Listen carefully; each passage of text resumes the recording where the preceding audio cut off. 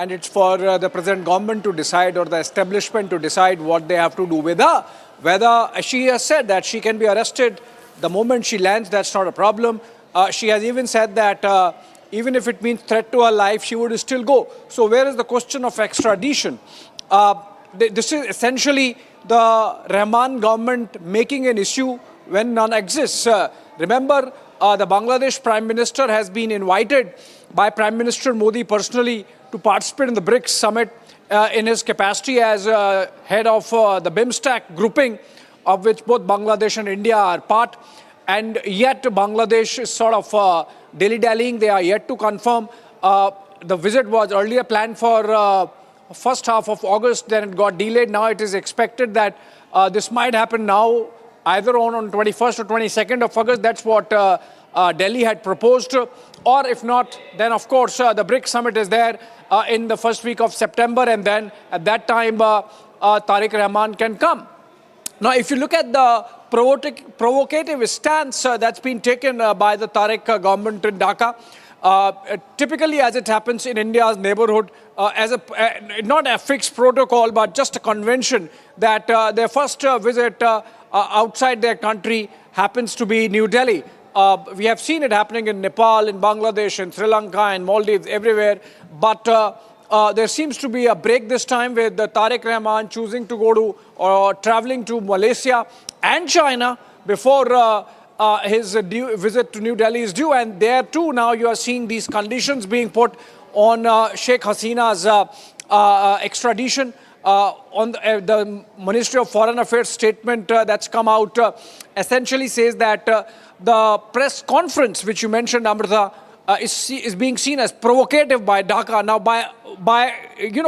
people sometimes don't understand the dynamics of democracy and freedom of expression that India practices. So Sheikh Hasina was invited by a group of foreign correspondents as part of the Foreign Correspondents Club Meet the Press program, and she did not present herself in person. She was joining them via video link, like she has done. She has addressed Bangladeshis. Remember, she has participated in the Bangladeshi campaign, despite her party not being allowed, in terms of making an outreach to the electorate there and speaking to the citizens of Bangladesh as the deposed prime minister.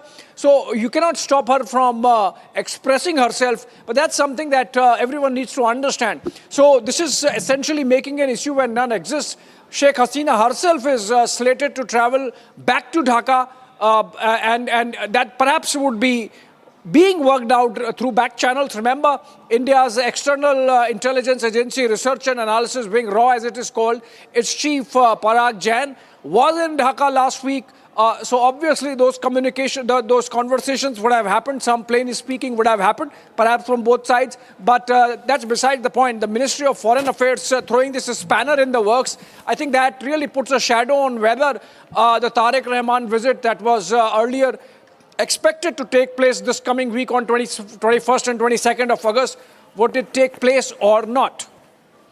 Yes, in fact, thank you so much for all of those updates, Abhishek, because this needs to be seen, and also looking into the bilateral ties of both the countries as well. And, well, how India responds is what remains to be seen as well on that. Thank you so much for those updates. And now, viewers, we move on to another breaking news that's coming in at the moment. Taliban Defense Minister has warned of a calculated response to the Pakistani aggression. We know that for the past few days, in fact, there's been a more escalation and attacks across the border of Pakistan and Afghanistan. And now we are getting this update and response from Afghanistan, from the Taliban government, saying that there would be a calculated response against Pakistan. They are in fact warning of a major response against these violence that has been happening for the past few days across the border of Pakistan and Afghanistan and Taliban. The defense minister of Taliban has also warned of a major response against Pakistan in this regard. And this is a major statement. In fact, there has been a major escalation that has been going on as well across the border of Pakistan and Afghanistan in this. And the Pakistan defense minister has now issued a big warning against Pakistan, saying that there would be a calculated response to these Pakistani aggressions across the border. I have my colleague Gursimran joins us on this broadcast to give us more details. Gursimran, can you break down more into what this could mean? Because we have been getting reports of a more aggressive violence that has been going on across the border of Pakistan and Afghanistan. And this is a very big response coming in from the Taliban government. Yes, Taliban government has made it amply clear that their response will be calculated and mere response to the Pakistani aggression that takes place along the Durand line or in the hinterland. This comes at a time when we are witnessing that the Pakistan is trying to carry out the airstrikes inside the territory of Afghan Taliban. And there have been several responses that have come and has come as a big blow to the Pakistan. Now a statement that has come from the Defense Minister of Afghanistan, Mullah Muhammad Yaqub Mujahid, in which he has made it amply clear that the government of Afghanistan, Taliban government at present, they hold the response that they have in to any retaliation or to any aggression that is being done by Pakistan. Because if we see that roughly 2,500 kilometer long Durand line is critical, and especially what we have seen in last couple of years, that there have been a major escalation from the Pakistani side. Even the civilians populations in the Paktia and Kandahar province have been targeted. Also the targeting of the hospital of the drug addicts in the Kandahar, that was one of the major point of escalation when we saw that both the countries were at the brink of the war, and there was a de-escalation that was catered by the Middle East countries, including those from the holding negotiations in the other cases as well. So now it is very clear that the response is going to be calibrated, calculated in a mere response, but this will come from the Afghani side at the time and place of their own choice. That's right. And this is a major warning that's been coming in from the Afghanistan government. Thank you so much, Gursimran, for giving us all of those details at this moment. And now, viewers, biggest political news break on Republic TV. This is about the BJP reshuffle that's most likely to be announced tomorrow. An all-new BJP team could be announced tomorrow at around 12 p.m. A formal announcement is likely tomorrow at 12 p.m. A major BJP reshuffle is likely to be followed by a cabinet reshuffle. In fact, this is a major Republic news break that you've heard it first, and a major announcement to be expected tomorrow as well. In fact, Republic has filed a ground report, a detailed ground report on this from the ground, from Prakashar, who has been breaking this story today. And Prakashar, give us more update on this. A ground report has been filed as well. Let's go to that right now. Well, yes, the BJP is all set for the overhaul at the organizational level, and it has been done in consultation with Prime Minister Narendra Modi, Amit Shah, various RSS leaders, including and as well the National President of the BJP, Nitin Nabin. It was long pending ever since Nitin Nabin took over as the president of the party in February, and after this stalemate in the parliament, before the parliament session also it was expected, but now the BJP is ready to send a message to the people all across India after the stalemate in parliament and also the protest that took place in at Jantar Mantar. The BJP wants to send a message to the youth that it is up for overall, and with the infusion of youth, women, as well as experienced leaders, it would be a mix, and various political leaders who are into the cabinet would be moved out, and many leaders would be a part of the new overhaul that would be and would be inducted into the party affairs, and thereafter the cabinet regime would also follow suit. That's right. Thank you so much for that. And now we move on to another breaking news coming in at the moment. General Dheeraj Seth, Chief of the Army Staff, has arrived at Kathmandu Airport, Nepal. He is on an official visit to Nepal from 17 to 19 of August this year, and he will receive a guard of honor at the Nepali Army headquarters. General Dheeraj Seth will also attend the investiture ceremony at Rashtrapati Bhavan, where, in keeping with the unique tradition between the Indian and Nepali armies, he will be conferred the honorary rank of General of the Nepali Army by Ramchandra Paudel, the President of Nepal. This is a historic visit and a very symbolic visit as well. General Dheeraj Seth, the Chief of Army Staff, has arrived in Kathmandu, where he will be also attending the investiture ceremony.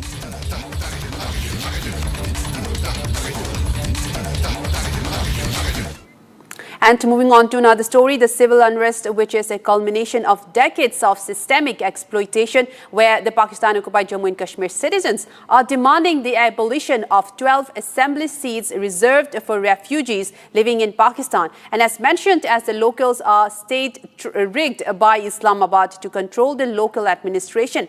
Now, the ongoing protests in Pakistan-occupied Jammu and Kashmir have spanned more than 2 months, and in the latest assault by the Pakistani army, civilians were once again targeted in Kotli in POJK. Take a look at this report for more.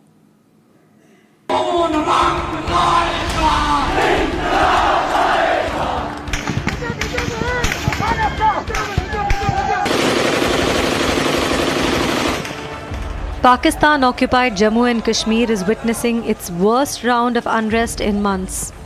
Police की तरफ से shelling जारी है. Mass protests have spread across major towns, and fresh clashes are reported between demonstrators and the security forces.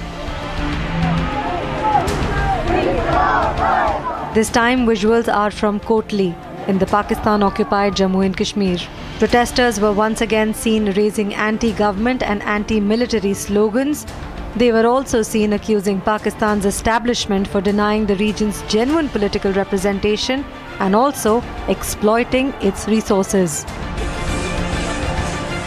In the current wave of violence that was set in motion, civilians were once again targeted, this time being dragged by hair. The JAAC had mobilized support around a 38-point charter of demands encompassing both economic relief and constitutional reforms. But for now, the casualties and the unrest amidst the protesters against the Pakistani authorities remain on the rise.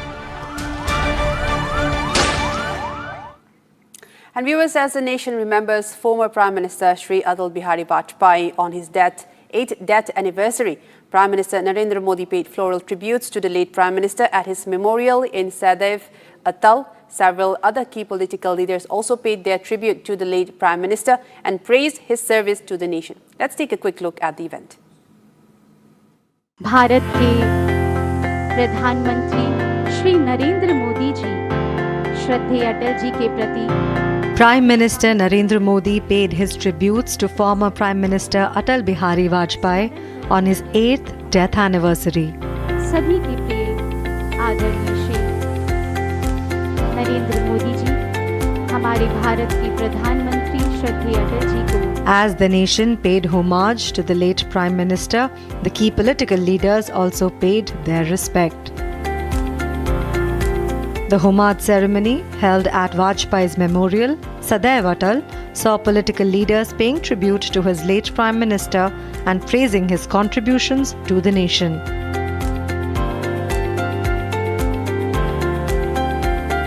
The late Prime Minister, as Bharat Ratna awardee during his tenure as PM, played a key role in some of the significant events that happened in the nation that later became a history.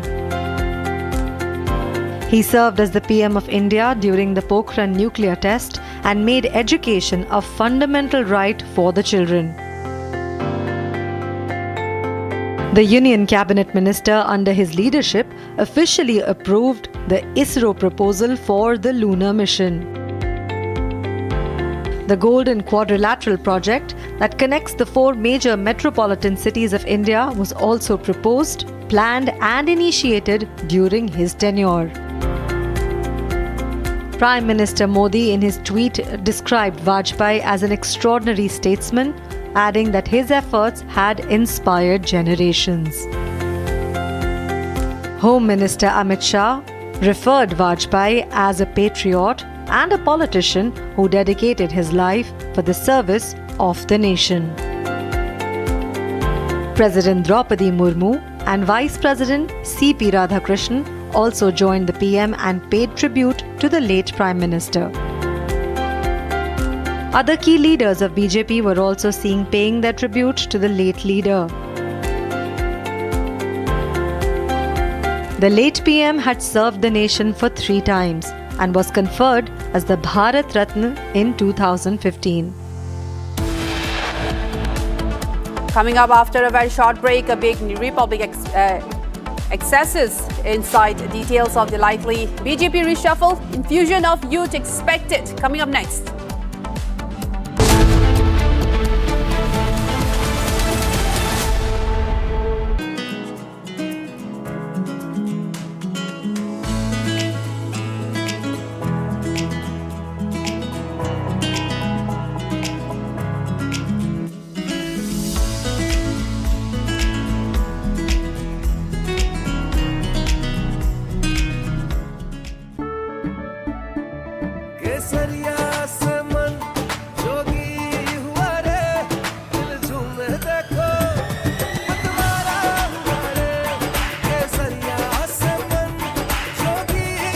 हर पल मनाओ केसरी त्योहार। विमल, बोलो जुबान केसरी। चमकी चाट से क्या बना है? सैंडविच, लस्सी और छाछ और हर घूंट में चमकी चाट। अब बताओ, स्वाद आया? आया। असली स्वाद सिर्फ चमकी चाट।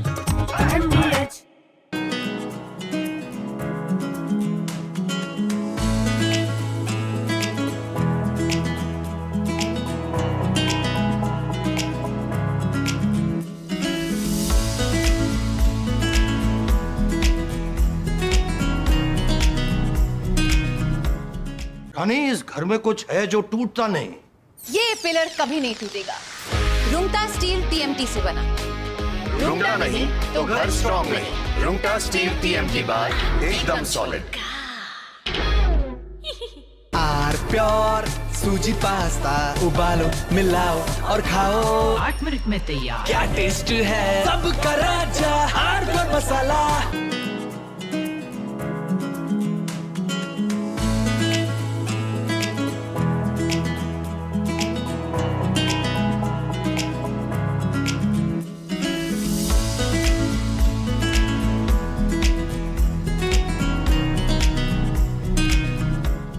चमकी चाट से क्या बना है? सैंडविच, लस्सी और छाछ और हर घूंट में चमकी चाट। ड्राई फ्रूट और दही बड़े। चमकी चाट से स्वाद बढ़े। असली स्वाद सिर्फ चमकी चाट।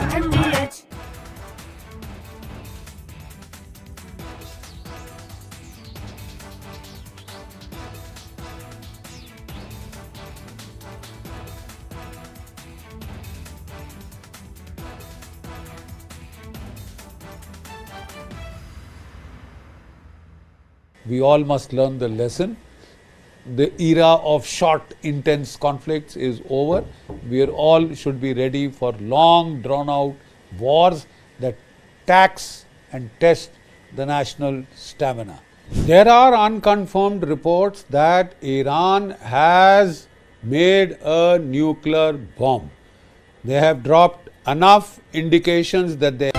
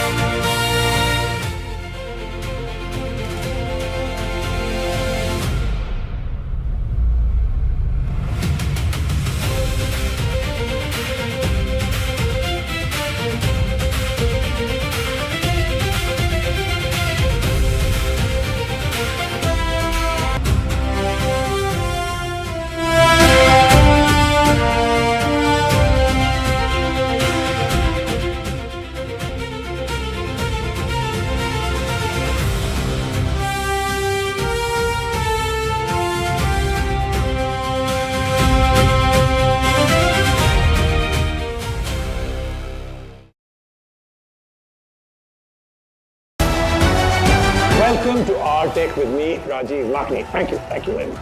First, and for this one, let's change the background and lighting. Happy 80th Independence Day to every one of you. A day that means so much to every single citizen of this incredible country. And on today's show and every Our Tech show, we guarantee independence also. Independence from tech confusion. The tech world is drowning in a sea of PR firms with ready-made scripts and billion-dollar marketing budgets from brands. Every brand is screaming at you to buy their latest game changer, and every reviewer is doing what? Just reading a PR script. Well, the PR script ends here. At Our Tech, we expose the half-truth. We give you the only thing that actually matters, the unvarnished, unapologetic truth. Time to get back to our regular programming and deep dive into all the independence we've packed into today's show. We're strapping into a 1,30,000 rupee gadget that Virat Kohli and Cristiano Ronaldo actually use for recovery. But is it a fitness medical marvel, or is it just an expensive leg warmer? Google is dropping the new Pixel 11 lineup, new chips, new camera, new promises. But did they finally get the prices right? And robot beggars are now hitting the street.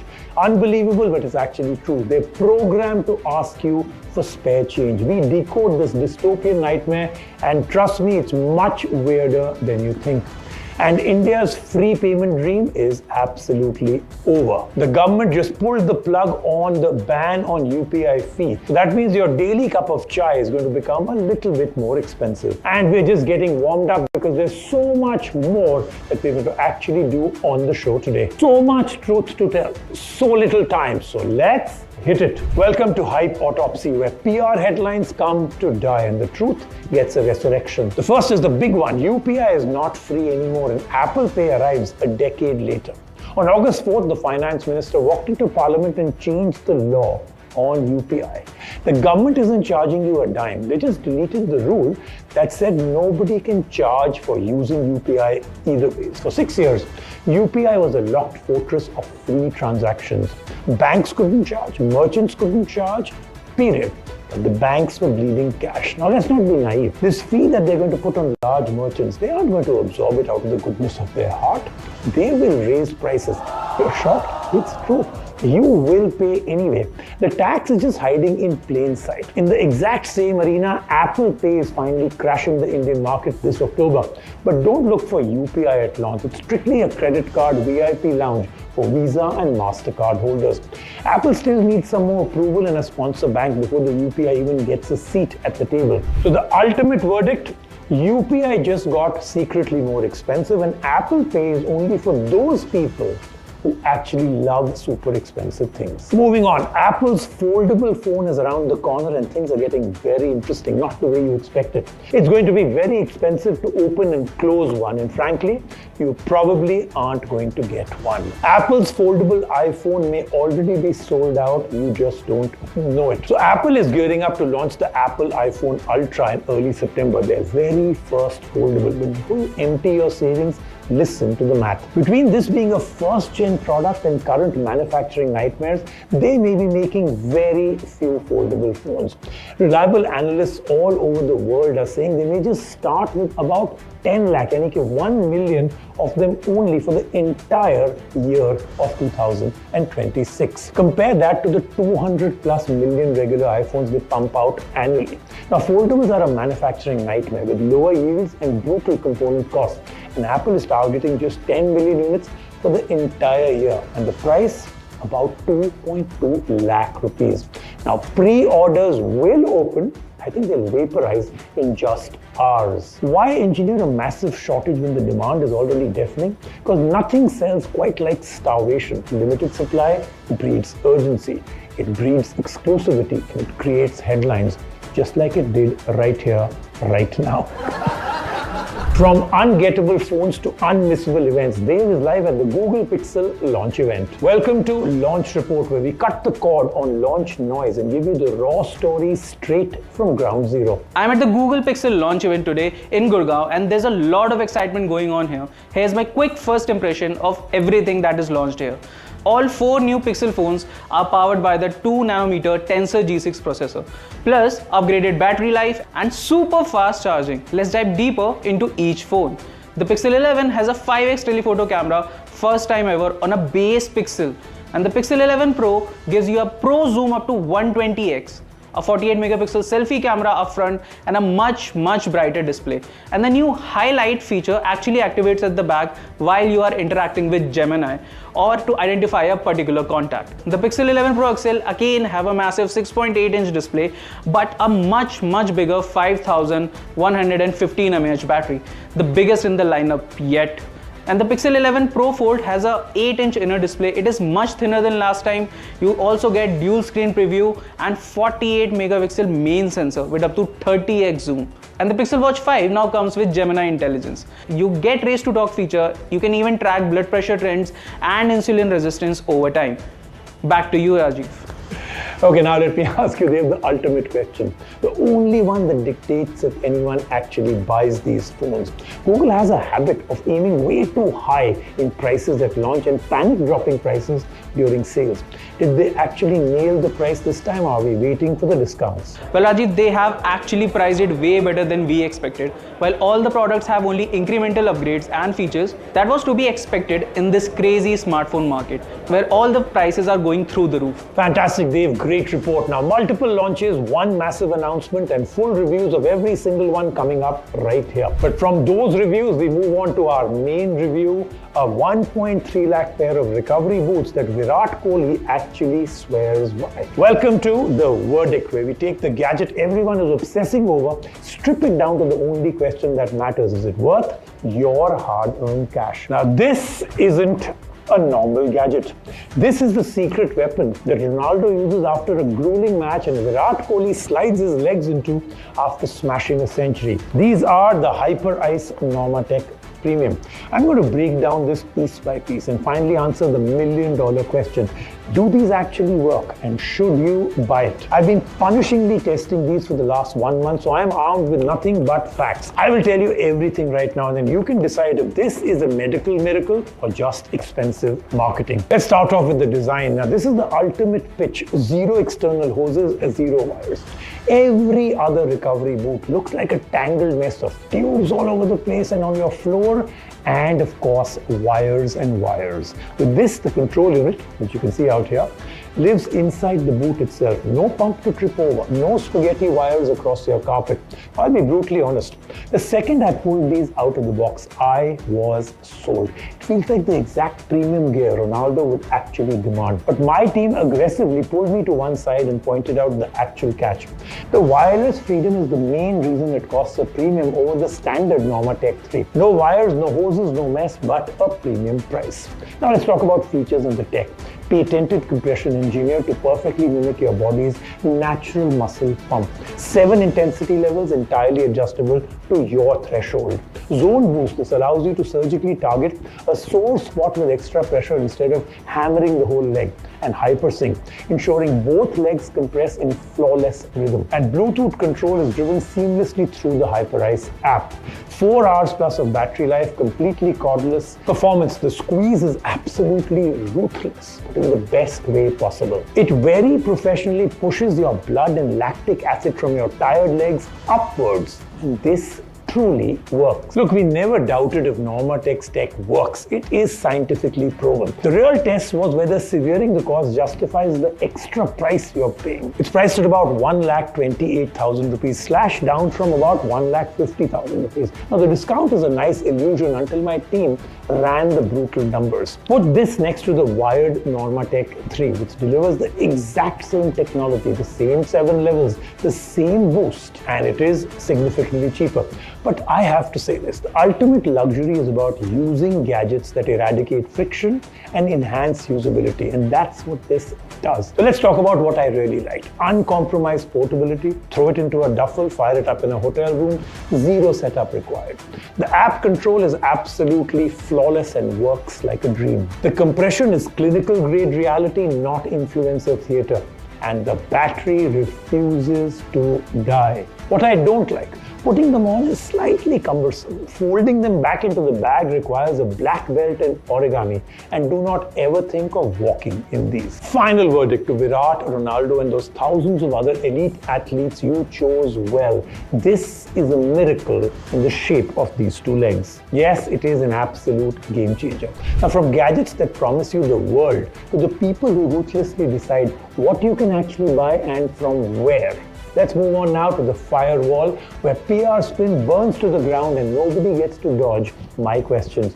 And today we are witnessing a brutal collision of two Indias. The legacy mom and pop mobile shops that we all grew up with, clashing against e-commerce apps trying to wipe them off the map. So I sat across Mr. Kailash Lakhiani, the founder and chairman of Amra. That's what he calls himself. I call him the mafia don of offline retail, or as he calls it, mainline retail. He controls about 1.5 to 2 lakh retailer shops, and he rules them with an iron fist. He has the power to ban a smartphone brand, arm twist executives, and orchestrate black flag protests. Is he the legitimate head of a retail organization or a mafia don drunk on the power he wields? Let's find out. The first question I asked him is that everyone says that Amra operates as a mafia organization, forcing brands to do what they want. True? नहीं, सबसे पहले तो अगर इस तरह कोई सोचता है तो वो गलत सोच रहा है। हम लोग बिजनेस करने वाले हैं, हम कंज्यूमर को डिलीवरी करने में बिलीव करते हैं। हम लोग को अगर उस तरह का कुछ होना था तो फिर हम और कहीं जाके जुड़ते थे। तो हम लोग बिजनेस कर रहे थे और अपनी लाइवलीहुड के लिए, रोजी रोटी के लिए हमने एसोसिएशन को फॉर्म किया, क्योंकि एसोसिएशन की बात सुनी जाती, जैसे मैंने कहा। और हमारी एसोसिएशन कितनी अच्छी है, जब मैं बात ख़त्म करूँगा तो लोगों को समझ में आएगा करके। तो हम उस तरह का कुछ भी नहीं, जैसे मैंने कहा कि हम सबसे पहले एक मेल ड्राफ्ट करके लिखते हैं कि इशू है, पॉपअप हुआ, उसको हम एस्केलेट करते हैं। फिर उनके साथ फ़ोन में बात करते हैं, मीटिंग करते हैं उनके साथ और कोशिश करते हैं कि उसको रिज़ॉल्व करें। आज हमारे साथ अगर ब्रांड अगर कोई बात कर रहा है तो उनको मालूम है कि ये सिर्फ इंडस्ट्री की बात कर रहे हैं और जो एक्चुअल मुद्दा उसकी बात कर रहे हैं, अदरवाइज वो एंटरटेनमेंट नहीं करेंगे।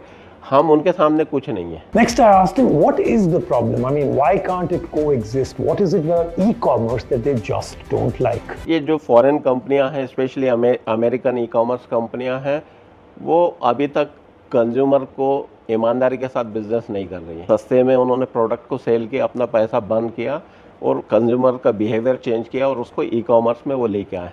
बट जिस तरह से कंप्लेंट्स हैं, कम से कम लाखों में कंप्लेंट्स कंज्यूमर अफेयर मिनिस्ट्री में है कि ई कॉमर्स कंपनियां किस तरह से ये डार्क पैटर्न का इस्तेमाल करके कंज्यूमर को लूट रही हैं करके। And the third one was that this entire the tactics they use, black flag marches, protests, banning brands and everything else.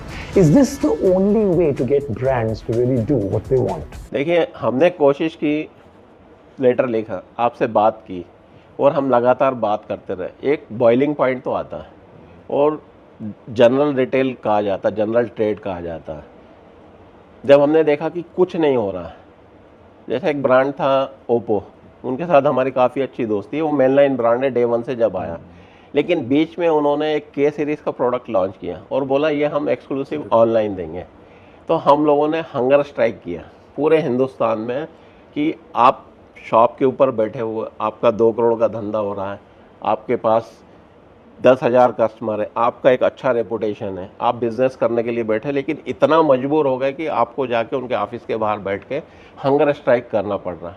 हम डेमोक्रेसी में हैं, डेमोक्रेटिक कंट्री में, और यह हमारा राइट है कि हम प्रोटेस्ट कर सकते हैं। तो जो जायज़ है, जो राइट है, हम वही करते हैं। और उसके बाद उनको भी समझ में आया और उन्होंने मेनलाइन के अंदर भी स्टार्ट कर दिया।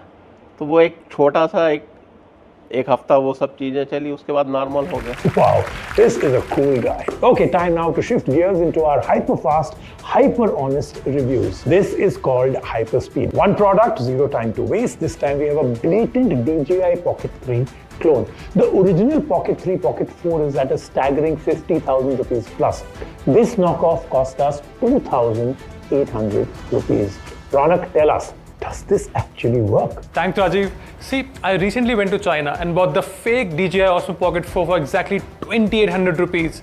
The real deal demands almost 53,000 rupees. But is it a hidden gem or utter garbage? Let's find out. What I liked about this, it packs a 330-degree rotating lens, actual working face tracking, features like loop, burst, time-lapse and slow motion. The shocker, it all functions. For 2,800 rupees, that defies logic. But what I did not like, it claims 4K but delivers a muddy 1080p at best. The stabilization is a tragedy, low light footage is a disaster, and there is zero external mic support, an absolute deal breaker for a real creator. See, for the final verdict, buy it. At 2,800 rupees, it's an absolute steal, but strictly as a toy for casual creators. This is not a pro camera and it knows it. Okay, great review, Arnab. But I will say this, a 2,800 rupee gadget that actually functions is the ultimate starter kit for a beginner creator. And if this is what you call a toy, I want a whole box of them in the world. Now that was my team's opinion. Now let's talk about yours. Welcome to the Help Desk. This is the segment where my ego goes to take a beating. You spot every single thing, every skipped review, every glossed over spec.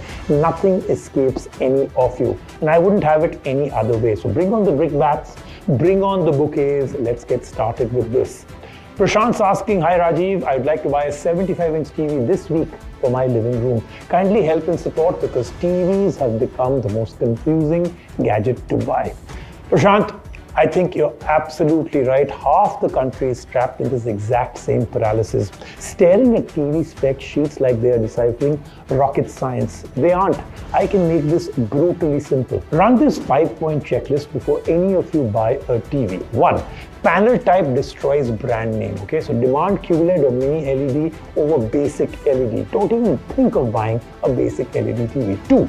Demand actual 120 Hz refresh rate, not just a 4K sticker. 3. Look for a named HDR format like Dolby Vision or HDR10 Plus, not a generic HDR tag. 4. Budget for a soundbar separately because at 75 inches, built-in speakers always lose. And 5. This is important. Check what processor it has, how much RAM it has. All brands have to list this. Then confirm the years of software update they'll give you for your shiny smart TV. Otherwise, it will be brain dead in 2 years. Now nail these 5 and you are golden. Best TV in your living room. Now before you buy all this shiny new stuff, stop throwing money at new hardware until you master the hardware you already own. Welcome to God Mode. Dave is about to magically clear out 10 GB of dead space on your smartphone right now. He's saying it's guaranteed. Can he deliver? Over to you, Dave. In today's episode of God Mode, I'm going to actually tell you how to get 10 GB of Google storage back. So, your phone is not filled with a lot of memories. Actually, the space is being taken by accidental screenshot, blurry images, and even the videos that you shot once and never looked at again. And Google is backing all of it to your cloud. That is why the storage is getting filled like this. So in 3 easy steps, I'm going to tell you how you can clean all of that data and get your storage back. For the first part, head over to Google Photos, tap on settings and then tap on photos and videos backup quality. Change it from original to storage saver. Once you do this, all of those files will get compressed and you will save a lot of space. For the next part, head over to the storage manager, tap on unsupported videos, select all the unsupported videos and hit that delete button because these videos are of no use. Next, in the final step, you need to purge your WhatsApp folder because it is filled with a lot of forwarded messages, good morning images, even videos that you don't actually see. Select all of those and hit delete. Once you execute all these steps, head over to your trash bin, open it and manually delete all the files in there. Unless you do this, you won't get all of your data back. So it is very important that you manually empty out the trash bin and get your data back. So that's it from me today. Over to you, Rajiv. Now that is lethally good advice, Dave. Let's end with a story that demands to be seen today. Robot beggars. Can't believe it? It's actually true. Robots literally begging for your kindness and money. This week, the future arrived, but it didn't come to conquer us. It came to beg. A humanoid robot ended up on the street corner and did the unthinkable. It started begging for your cash, your money. I couldn't believe it till I didn't see it. Now the footage reveals a sleek mechanical humanoid kneeling on the concrete, broadcasting pure desperation. Pedestrians walking past were actually thinking, is it performing a trick? Is it advertising a brand? It wasn't, it was actually begging. And how? In the best robotic way possible. It was holding up a QR card for digital payments and literally asking for money. Millions watched, millions laughed, and shockingly a lot of them actually paid money on that QR code. And then the comments started rolling in. Even robots need financial support now. And what's next? Robots filing for unemployment. The internet digested it as a viral joke, but peel back the humor and the reality is deeply unsettling. Someone meticulously programmed a machine to weaponize human empathy, the kneeling, the broken posture, the glowing QR code. AI engineered to extract the human reaction from the street. And the terrifying part, it flawlessly worked. People stopped, people engaged, people paid. The grand experiment was to prove that robots will soon seamlessly infiltrate every human behavior. So get used to it. Now the big ultimate question is this. When the robot beggar invasion starts here in India and one of these ends up at a red light asking you for money, will you actually pay? Because that dystopian moment is breathing down our very necks and it tells you absolutely everything about the terrifying, brilliant future we're sprinting towards. And that is the final word on our tech this week, but brace yourself because next week I'm going to go completely unhinged. A translator device that speaks 35 plus languages, all offline. It doesn't need the internet, it doesn't need any connection, and it can actually do two-way communication. I use this in multiple countries. It was incredible. Now this may look just like a table clock, right? But it's not. This is the one gadget that has improved our productivity in office. It has different modes and the best part is that it doubles as a power bank. We're also going to review the Google Pixel Fold here in detail and see how it compares to the Samsung's and the future Apple foldable. And I haven't even told you what our main review is going to be, and I haven't told you what mystery guest I have on the show. It's all shocking, it's all amazing, it's all typically our tech. More gadgets, more brutal truth, more tests, all happening right here. No marketing fluff, no fake reviews, just pure, unfiltered our tech truth. I'm Rajiv Makni. See you next week. Until then, stay curious, stay skeptical, and never trust a product launch until you've seen the review right here. I'll see you next week.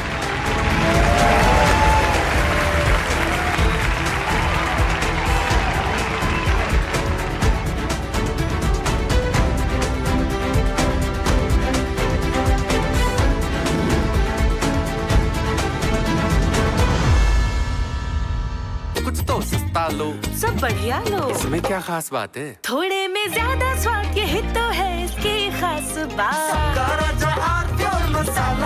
QS&T Achieve, the world's foremost university rankings organizations, have ranked Amity amongst the top 3% universities globally, making it among the very few Indian universities to be included in both rankings.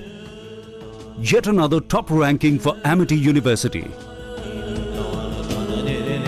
चमकी चाट से क्या बना है? Sandwich, लस्सी और छाछ और हर घूंट में चमकी चाट, ड्राई फ्रूट और दही बड़े। चमकी चाट से स्वाद बढ़े। असली स्वाद सिर्फ चमकी चाट।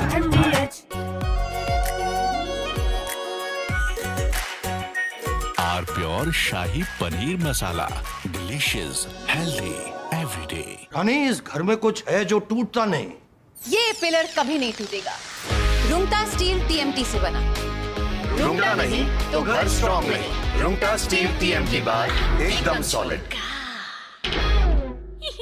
चमकी चाट से क्या बना है? आलू चाट या फ्रूट चाट, स्वाद बढ़ाए चमकी चाट। क्या बात है? स्वादिष्ट पकोड़े और बरसान, अरे चमकी चाट है इसकी जान। असली स्वाद सिर्फ चमकी चाट। आर प्योर सूजी पास्ता, उबालो, मिलाओ और खाओ। 8 मिनट में तैयार। क्या टेस्ट है, सबका राजा R pure masala.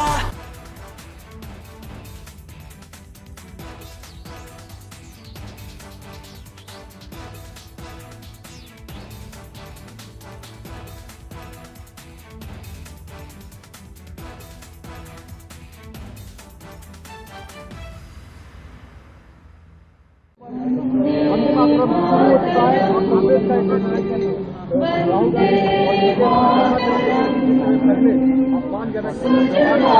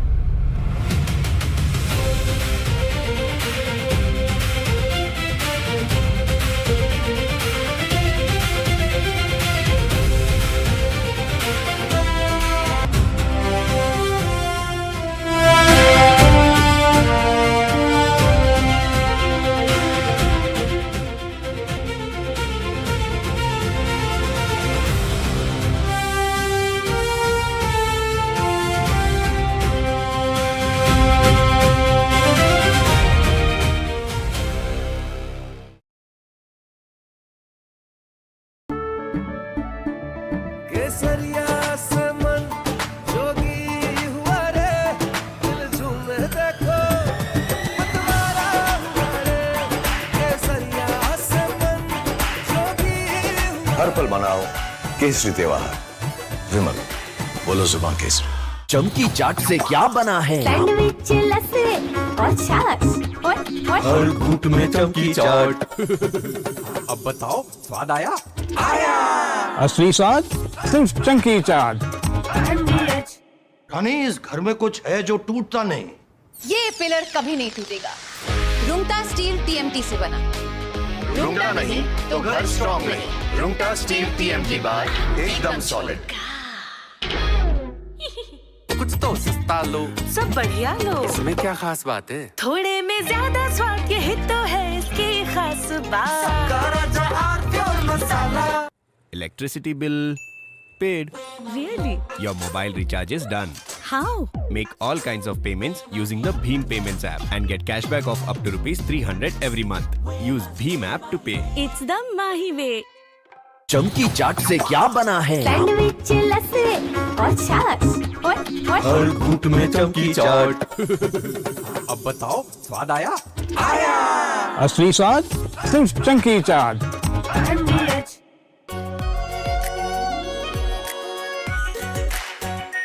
Our pure Shahi Paneer Masala. Delicious, healthy, every day. We all must learn the lesson. The era of short, intense conflicts is over. We are all should be ready for long, drawn-out wars that tax and test the national stamina. There are unconfirmed reports that Iran has made a nuclear bomb. They have dropped enough indications that they have the bomb. Their top leader, he has made a statement that we now have the bomb. From Asia's largest news headquarters, setting the agenda for Bharat.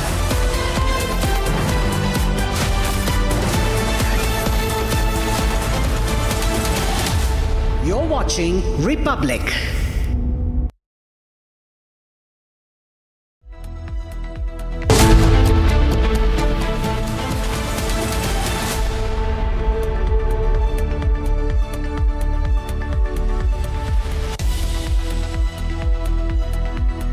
Hi there, good evening. Welcome to Sunday 7 p.m. live and breaking.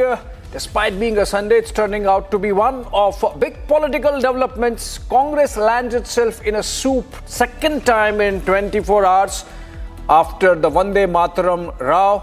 Now a senior leader of the party says proud to be Dimagi Naxal. The Congress painting itself in a corner, and BJP new president Nitin Nabeen's list to be out tomorrow. That's our focus. Those two stories. Let's begin with the headlines.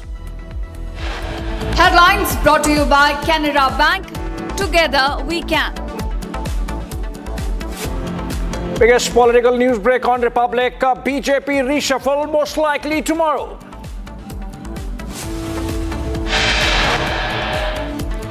Republic accesses inside details of the likely rejig in the party, with infusion of youth expected in the new team of new president Nitin Nabeen. दुनिया जी 140 करोड़ की जनता आपको देख रही है। आपके द्वारा किया गया ये पाप इस देश की जनता कभी माफ नहीं करेगी, कभी माफ नहीं करेगी। Union Home Minister Amit Shah takes Congress to the cleaners, says nation won't forgive Sonia Gandhi for the insult to Vande Mataram, says India won't forget Congress's sins.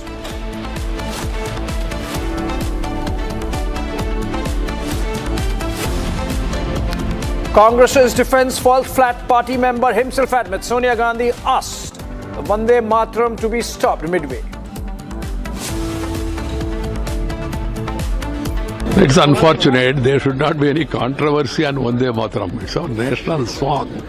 The entire country has accepted it. I feel unhappy and sad that on such occasions also unnecessary controversies are being raised, and then Vande Mataram also is being questioned also. Trouble month for Sonia Gandhi. Karnataka BJP leader files complaint against disrespect to the national song.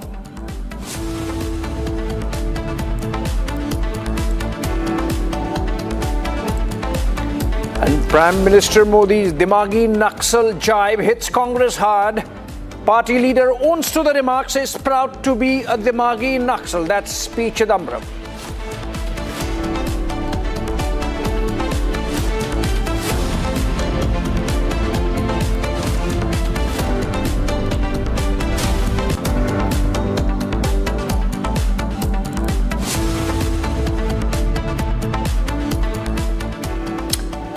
All right, the story under focus, the Congress party's faux pas, one after another. First, the Vande Mataram row that happened yesterday at the party headquarters with Sonia Gandhi asking entire national song to be played from being stopped. And now, on the Dimagi Naxal jibe of Prime Minister at the Congress, or the Congress thought so, it was on them. P. Chidambaram coming out saying he's proud to be a Dimagi Naxal. Now the BJP upping the ante. A march being carried out against Rahul and Sonia Gandhi in Jammu. This is from Jammu and Kashmir unit of the BJP in Jammu. Let's listen to what's happening there on the ground.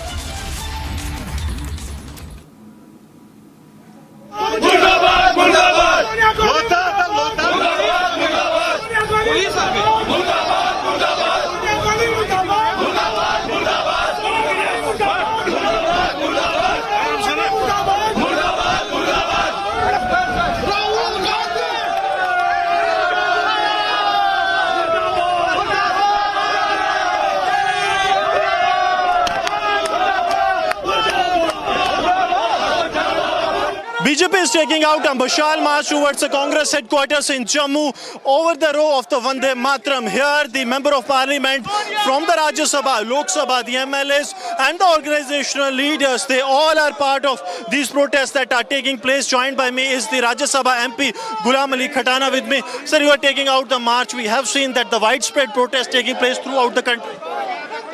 Congress जो है वो anti martyrs है, जिन शोहदाओं ने वंदे मातरम को फांसी के फंदे में अपना सांग बनाया, कांग्रेस ने उसका अपमान करा है। कांग्रेस के मैनिफेस्टो में आज तक ये नहीं है कि भारत पहले है। कांग्रेस के जो नेताओं ने यो करा है आज खेल, ये एंटी मार्टियर्स है, एंटी शोहदा है और उन लाखों शोहदाओं को आज अपमान करा है। इसलिए कांग्रेस के नेताओं के खिलाफ सख्त कानूनी कार्रवाई होनी चाहिए। ये मार्टियर्स के साथ खेला है, कांग्रेस एंटी मार्टियर्स है।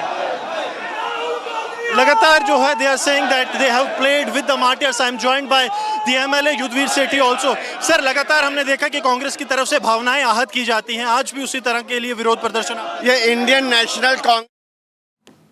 All right, well, these are protests in Jammu on the Vande Mataram faux pas of the Congress party. The BJP has taken strongly the comments made by P. Chidambaram, Congress leader, former Home Minister, owning up to being a proud Naxal mind. Dimagi Naxal, the Prime Minister's jibe, not specifically targeted at the Congress, but the Congress clearly owning it up. Ravi Shankar Prasad, senior leader of the BJP, has taken a strong umbrage at the manner in which the former Home Minister has taken or responded to this comment by Prime Minister in his Independence Day speech from the ramparts of the Red Fort. Listen to Ravi Shankar Prasad. He spoke to our senior editor Prakash Singh in Patna.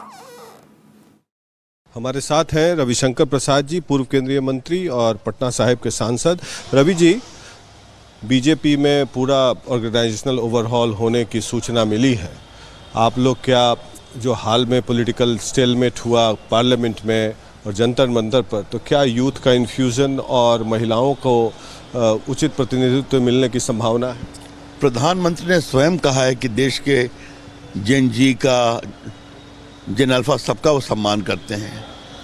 बाकी हमारी party तो ऐसे भी youth को promote करती है। राष्ट्रीय अध्यक्ष की उम्र कितनी है हमारी?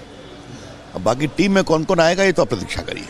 आप लोग उत्साहित हैं इस नई लिस्ट को लेकर जो आने वाला? लिस्ट को आ जाने दीजिए। हम लोग, हमारी पार्टी में युवकों को सम्मान हमेशा दिया जाता है। और आप जैसे वरिष्ठ नेताओं को भी, आप केंद्रीय मंत्री थे, उसके बाद भी पार्टी आपका बखूबी इस्तेमाल कर रही है, क्योंकि हम लोग जानते हैं कि जब भी राष्ट्रीय और अंतर्राष्ट्रीय विषय होते हैं, अरुण जेटली के बाद आप ही पार्टी का प्रतिनिधित्व करते हैं बड़े बड़े मंच। ये सब क्या बोल रहे हैं? धन्यवाद, चलिए धन्यवाद। All right, that interaction, in fact, was on the big story that's been breaking, which is of the BJP finally carrying out its rejig of the top brass in terms of the new president, Nitin Naveen, picking up his team of senior vice presidents, secretaries, general secretaries, and the media team. That's going to happen tomorrow. In fact, Prakash Singh, our senior writer, broke the story earlier in the afternoon, and that's really got the storm going insofar as political developments are concerned, because that's going to be a big one. It was waited for long, and I believe Prakash Singh is live with us.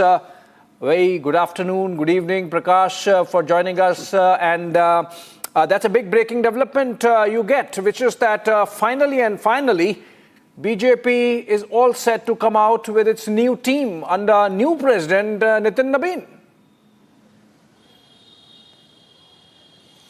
Well, yes, Abhishek, it's been long pending ever since Nitin Naveen took over as the president of the BJP in February. And it was expected that before the monsoon session as well, this entire political party overall as well as the cabinet rejig was supposed to happen. But somehow or the other it was deferred. And keeping in mind the political stalemate and the protest that took place at Jantar Mandar, the BJP has taken a beating to some extent. And now it is upbeat and it has to announce its new list, and we expect that to happen tomorrow.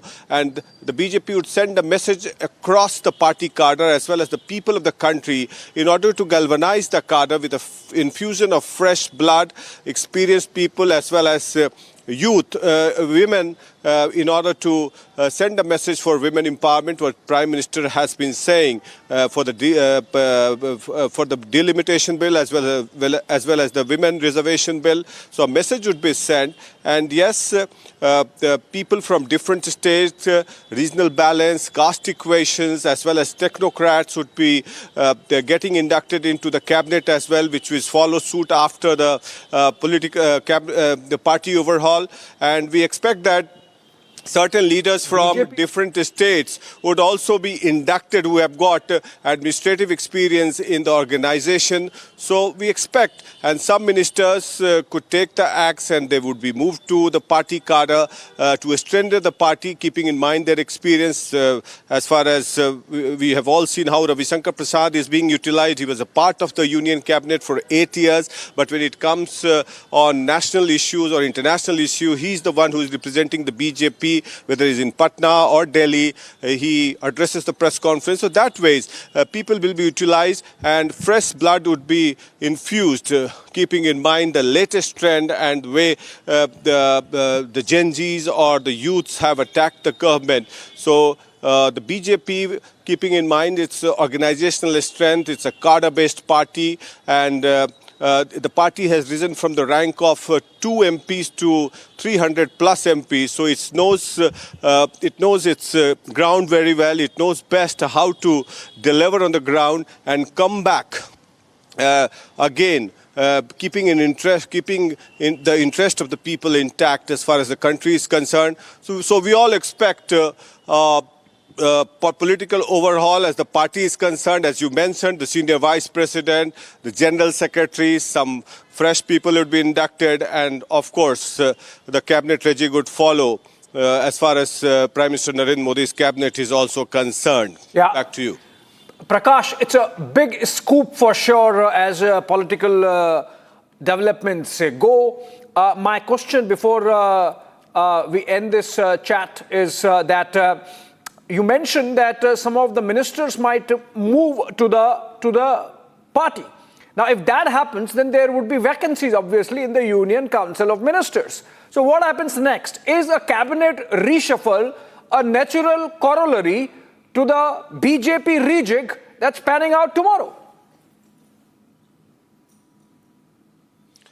Well, yes, Abhishek, it has to happen because we are already halfway through as far as this particular Lok Sabha is concerned. And in 2029, the country faces Lok Sabha elections. We are already halfway through.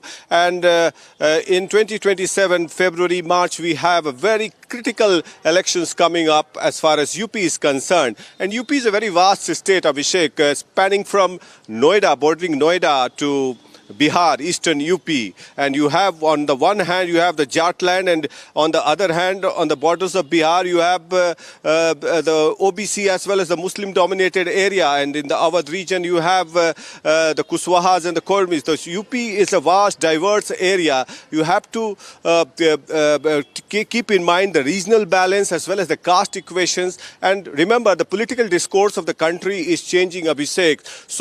So we have to have people who can read the pulse of the mind and also keep the interest of the youth together. So I hope, since the political discourse is changing, the BJP and the political leadership of the BJP would definitely keep that in mind and have a synergy between the party as well as the government for sure. And we are all waiting, as I expect that tomorrow that list may be out by afternoon. And after that, we will see what kind of development unfolds after that. Right, absolutely, Prakash. You know, I can tell you that your news break has already caused a political tumbler of sorts in Delhi. And it's got everyone chattering about what's going to be coming out of Nitin Nabeen's hat tomorrow, 12 noon. If all goes well. On that note, thank you so much, Prakash Singh, for joining us on that very big political news break, which is that BJP's new team under the new president, Nitin Nabeen, is all set to be released tomorrow, 12 noon. We keep close track of that. And moving on for now to another important story. Remember what happened 2 days back. Shiromani Akali Dal chief Sukhbir Singh Badal was attacked by a Nihang Sikh in Nanded, and now SAD MP and Sukhbir Badal's wife Harsimrat Kaur has shown the weapon that was used to attack her husband and Sukhbir Singh Badal, of course.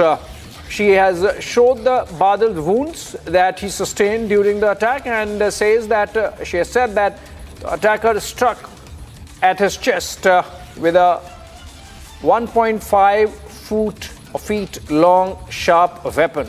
But as Sukhbir Singh Badal raised his hand to defend himself, the blade pierced right through it, and that's where the injury stopped, and the security forces personnel did the rest.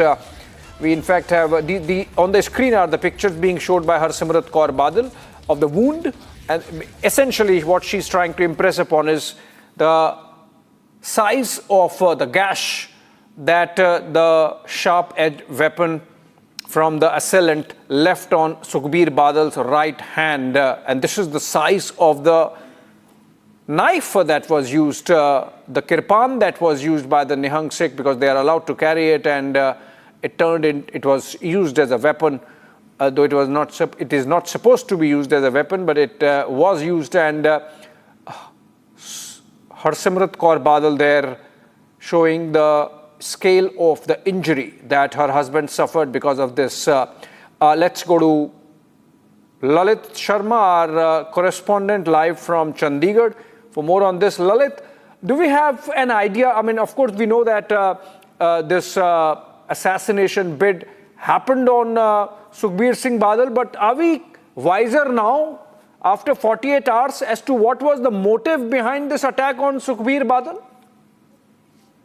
Abhishek, if we talk about this whole incident, this whole episode which was reported on Thursday when Sukhbir Singh Badal, the Shiromani Akali Dal chief, was attacked in Nanded Sahab. After that, the Shiromani Akali Dal have attacked and have said that there has been a deeper conspiracy behind this attack. This is not the first attack which took place on Sukhbir Singh Badal. On 4th December 2024 also, Narayan Singh Chaura have attacked Sukhbir Singh Badal when a gunshot was hit at him.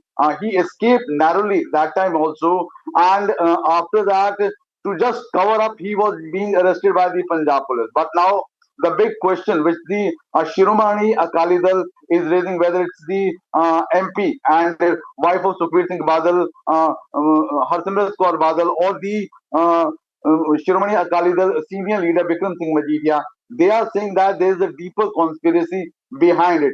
There has been someone who is trying to hit Sukhbir Singh Badal, and they need to join all those dots. That is from 2024 till now.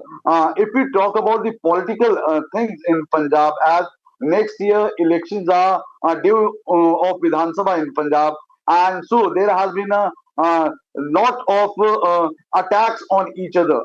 But the way this whole episode has happened, the opposition, if we talk about the Congress party or the Aam Aadmi party, they are targeting and saying that all happened because of the sacrilege which took place in 2015 in Kotkapura Babarkala firing case. So this is the thing for which there has been a lot of anger against Sukhbir Singh Badal. But if you talk about Sukhbir Singh Badal and the party's claim, they are saying that they have already bowed their head in the Akal Takht Sahib in Golden Temple, and they have said sorry for all the things which what happened. Right. So there has been a deeper conspiracy for which right now the investigation is going on. Back to the studio.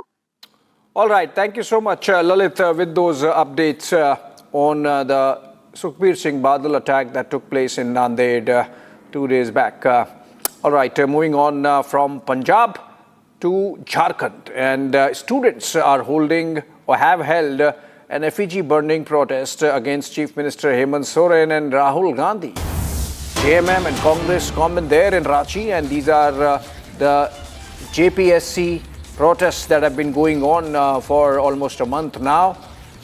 And we have Komal reporting live from Ranchi for us, Komal Bahal, and let's go to her. We are seeing these pictures, Komal, behind you of protests. They seem to be intensifying. ऐसा नहीं लग रहा है कि protest कम हो रहे हैं, कोमल, बढ़ते जा रहे हैं रांची में, और हेमंत सरकार जो है झुकने को तैयार नहीं है। बिल्कुल, देखिए, एक तरफ हेमंत सोरेन की जो सरकार है वो झुकने को तैयार नहीं है, लेकिन वही दूसरी तरफ अगर मैं छात्रों की बात करूं तो छात्रों का मनोबल जो है वो बिल्कुल डगमगाया नहीं है, बल्कि बढ़ते ही चला जा रहा है। संख्या जो है वो दिन पर दिन बढ़ती चली जा रही है। सबसे मुख्य बात यहाँ पे देखिए, अभी चूंकि यहाँ पे पुतला दहन किया गया जिसमें झारखंड के मुख्यमंत्री हेमंत सोरेन का पुतला होता है। इसी के साथ साथ अगर मैं बात करूँ तो मुख्यमंत्री के साथ साथ तेजस्वी यादव का पुतला दहन किया गया, नेता प्रतिपक्ष राहुल गांधी का भी पुतला दहन किया गया। यानी ये जो तीनों नेता जो खुद को युवा चेहरा, युवा नेता बताते हैं, लेकिन जो छात्र हैं, जो युवा हैं, वो उनसे काफी ज्यादा नाराज है। कुछ ऐसे ही छात्र आपको मेरे साथ भी नजर आ रहे होंगे। आखिर इतनी नाराजगी क्यों है? तीनों के पुतले फूंक रहे हैं। सरकार जो है वो तो डटी हुई है कि अब हम सुनवाई नहीं करेंगे आगे। देखिए, हम लोग 23 दिन से डटे हुए हैं जयपाल सिंह मुंडा स्टेडियम में, लेकिन सरकार हम लोग कुछ भी नहीं सुन रही है। 9 तारीख हम लोग को सीबीआई का डिमांड है और सरकार सीबीआई दे नहीं रही है। हमें समझ में नहीं आ रहा है सरकार को क्या दिक्कत है। अगर हम लोग सीआईडी को मना कर रहे हैं तो कुछ रीजन है किस कारण से मना कर रहे हैं। सीआईडी जांच कर रही है जनवरी 2025 से, और आज हो गया अगस्त 2026। वो लोग आइडेंटिफाई ही नहीं कर पाए कितने लोगों का ये चोरी किया गया है, कितने लोग हैं। कोर्ट का ऑर्डर था 3 दिसंबर को कि 6 महीने के अंदर आप लोग सारा चीज़ जांच करके निकालिए और जो दोषी पाए जाते हैं उनको आप बाहर कीजिए। लेकिन आज 13, 14, 15, 16 आज हो गया। ठीक है, अभी तक भरोसा नहीं है, सीआईडी पर बिल्कुल भरोसा नहीं है, ये छात्रों ने साफ कर दिया है। एक बार मैं थोड़ा सा आपको आगे भी लिए चलूँ तो देखिए, आगे की तस्वीरें दिखाए तो देखिए कई बड़े बड़े जो प्ले कार्ड्स हैं वो यहाँ पे स्टूडेंट लेकर के पहुंचे हुए हैं। स्टूडेंट यही कह रहे हैं कि भैया हमें सीआईडी पर बिल्कुल भरोसा नहीं है, जो हमारा भरोसा है वो सीबीआई पर ही है। तो सीबीआई जांच जो है वो यहाँ पे होनी चाहिए। भारी संख्या में स्टूडेंट्स, थोड़ा कैमरा भी पैन करके दिखाइए पंकज, तो देखिए ये स्टूडेंट्स की भीड़ देखिए। ये 7:30 बजे का समय है, 23वां दिन है छात्र आंदोलन का, ये 23वां दिन है, लेकिन छात्रों का जो हौसला है वो बिल्कुल डगमगाया नहीं है। हौसला जो है वो काफी ज्यादा बुलंद है। कई छात्र यहाँ पे पहुंच रहे हैं। 23 दिन से आप लोग यहाँ पे प्रदर्शन कर रहे हैं, डटे हुए हैं, लेकिन सरकार नहीं मान रही है, सरकार सुन भी नहीं रही है, बातचीत का लग भी नहीं रहा है कि वो बातचीत अब करने वाली है। नहीं, हमारी जो बातें हैं, सरकार ने कुछ बातें मानी थी, ठीक है मैम। अभी हमारी मांगे हैं कि जैसे सीजीएल रद्द हो, 11वीं से 13वीं जेपीएससी रद्द हो और टीडीपीएल एजेंसी जिसने जो भी एग्जाम लिया वो रद्द हो। इसीलिए हमने 20 तारीख को 18 तक का सरकार को समय दिया गया है और 20 तारीख को मुख्यमंत्री आवास का घेराव होगा और इसमें मुख्यमंत्री जी को संज्ञान लेना। संख्या में लोग आएंगे फिर करीब 50,000 रहेंगे मैम। जिस दिन विधानसभा घेराव का कॉल दिया गया था वही कॉल अब आप लोग वही सारा रूपरेखा वही तैयार हो चुका है। हम लोग सारे संवैधानिक तरीका से चल के अब हम लोग एक अलग रूपरेखा की ओर जा रहे हैं ताकि हमारी मांगों को दिया जाए, ठोस आश्वासन दिया जाए। ये नहीं कि खाली लिपापोती काम करके किए जा रहे हैं। और इसमें आपके चैनल के माध्यम से ये कहूँगा कि सरकार के जो अलाई है तेजस्वी यादव जी, उस पर भी अपने वक्तव्य दे ताकि वो चुप्पी साधने से काम नहीं चल सकता है। खुद को युवा नेता बताते हैं। तेजस्वी यादव की बात करें, राहुल गांधी की बात करें, दूसरी तरफ अगर हम झारखंड के मुख्यमंत्री हेमंत सोरेन की ही बात करें, वो भी कहते हैं कि भैया मैं तो युवाओं के हित के लिए काम करता हूँ। सुन नहीं रहे हैं लेकिन आप लोगों की कौन सी युवाओं के हित के लिए मैम? आज 23 दिन से हम लोग आंदोलन कर रहे हैं। क्या सरकार को नहीं दिखा? आज 23 दिन से क्या क्या नहीं झेले?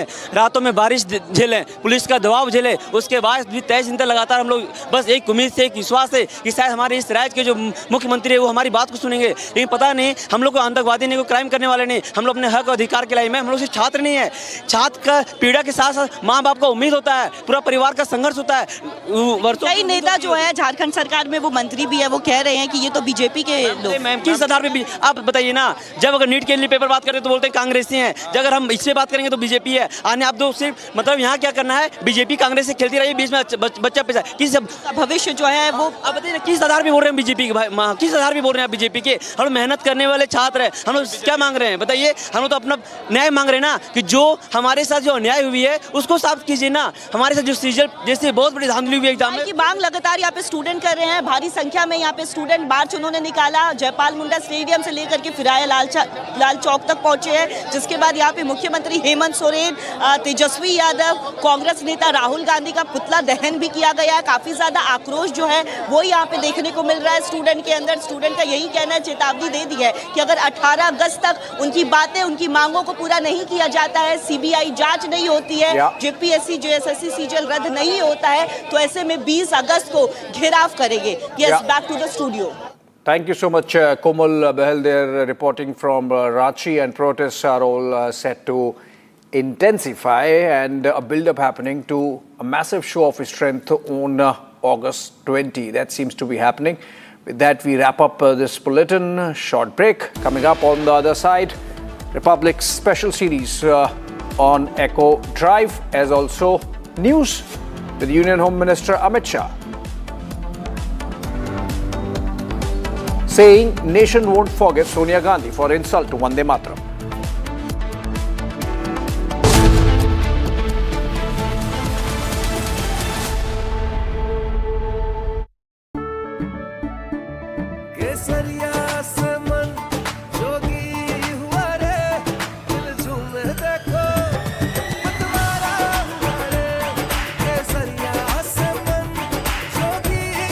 हर पल मनाओ केसरी त्योहार।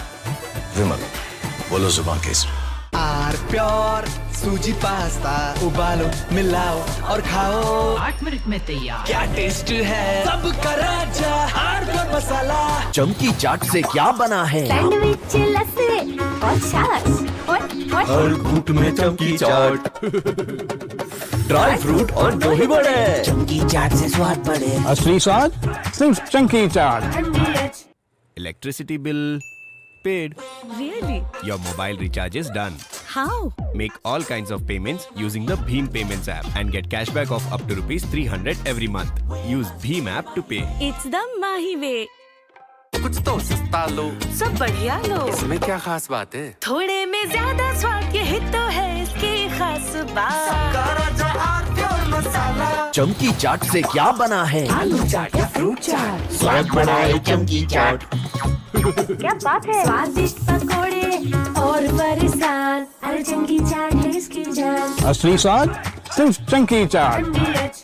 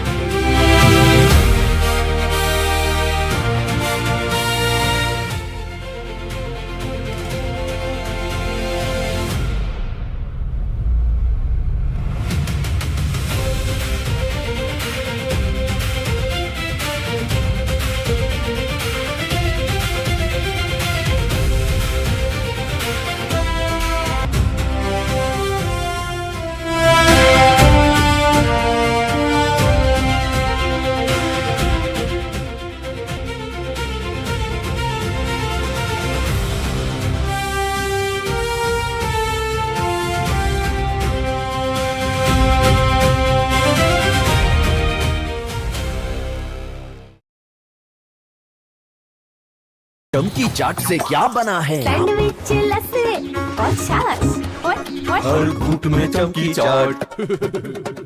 ड्राई फ्रूट और दही बड़े, चमकी चाट से स्वाद बढ़े। असली स्वाद सिर्फ चंकी चाट। QS and THE, the world's foremost university rankings organizations, have ranked Amity amongst the top 3% universities globally, making it among the very few Indian universities to be included in both rankings. Yet another top ranking for Amity University.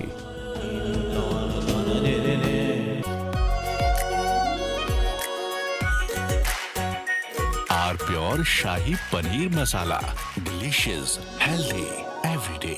बड़े बड़े इम्तिहानों से गुजरता है, वक्त तलाशता है जिसे, तो जाने क्या क्या न करता है। जब तक खुशबू सबसे बेहतरीन न बन जाए, आराम के लिए नहीं ठहरता है। जब तक लाजवाब न बन जाए, उसे नहीं इत्मीनान है। तभी तो रिचमंड बनना नहीं आसान है। चमकी चाट से क्या बना है? आलू चाट या फ्रूट चाट, स्वाद बढ़ाए चमकी चाट।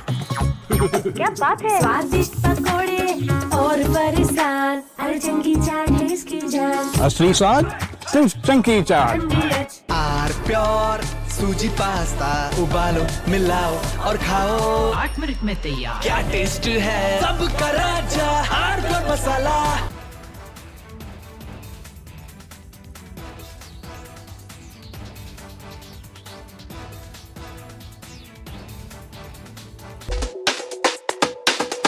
Here's today's lineup. The Mahindra B6 electric SUV goes Sportec. And we show you Mahindra's all-new global pickup.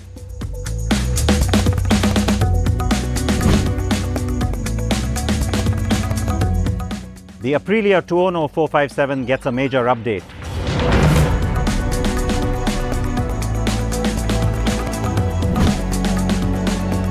And you got questions, I got answers. Stick around for all that coming up right now on Echo Drive.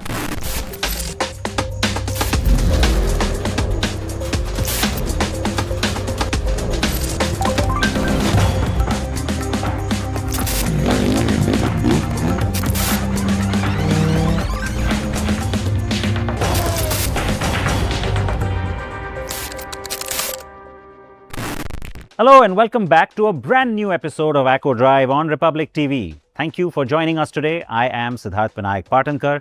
It's Independence Weekend here in India. Warm wishes to all of you as we celebrate the 80th year of India's independence.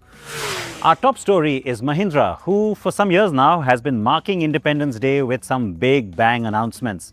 So, true to that tradition, we got some pretty hot new metal this time too. And it's a double header. First, the company is taking its pickup truck global. And that's a pretty big deal because it opens up entirely new export markets for Mahindra, finally. And then closer to home, the B6 range gets an additional family member.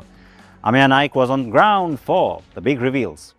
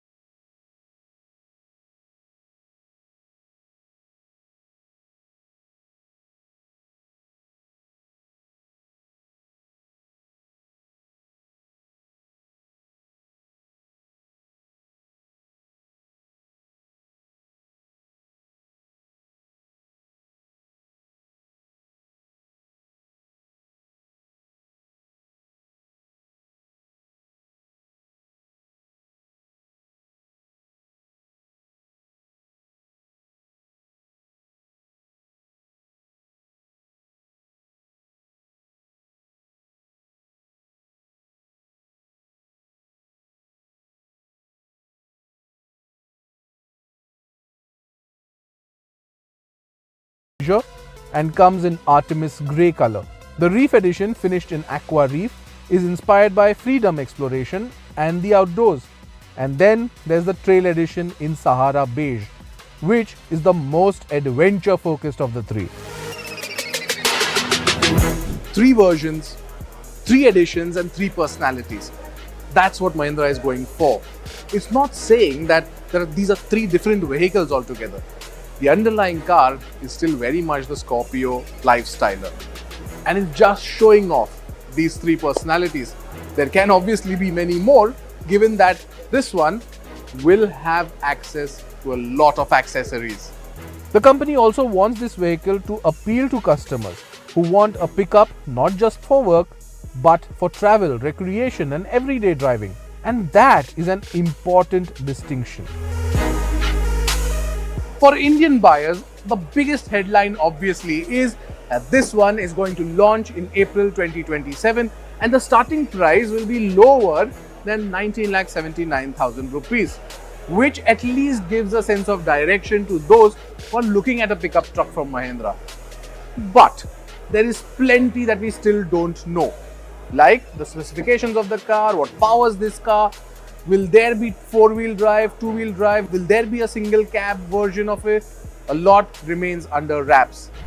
So yes, plenty that we still don't know. What we do know is the bigger picture. Mahindra believes there is a growing appetite in India for vehicles that combine capability with technology, safety, comfort and everyday usability. So there is still some time before we see the Scorpio Lifestyler on Indian roads. But that gives us plenty of time to understand whether the Indian customer is actually looking for a lifestyle vehicle like this. And interestingly, Mahindra wants to take that time to understand this market better, or at least educate about this lifestyle vehicle. It's interesting how things will pan out. We really can't wait to drive this one and tell you more about it. Now, if you think that Mahindra was done after showing us that global pickup, the Lifestyler, you're wrong, because it now has this one.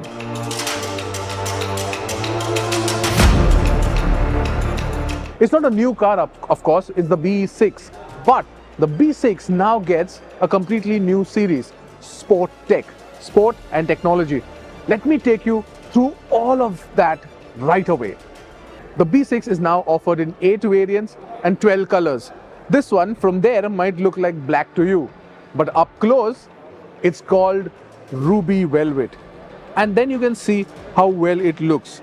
Let me talk about the price as well, because this one now is available with battery as a service too, with prices starting from 11,45,000 onwards, and it's only available in pack 1 and pack 2. But this one is pack 4. The prices therefore ex-showroom for the entire car start from 19,45,000 rupees going upwards of 26 lakh rupees. That's quite a spectrum, quite a lot of features too on offer. But there are changes to the inside that you will really love. So let's get inside. The first thing that you'll notice is that 3-screen layout. That's available from pack 2 onwards. But yes, very interesting and very intuitive as well. So all of these features are going to be different features available, and you also have tech features on offer. There's a tech suites on offer which has Google Gemini.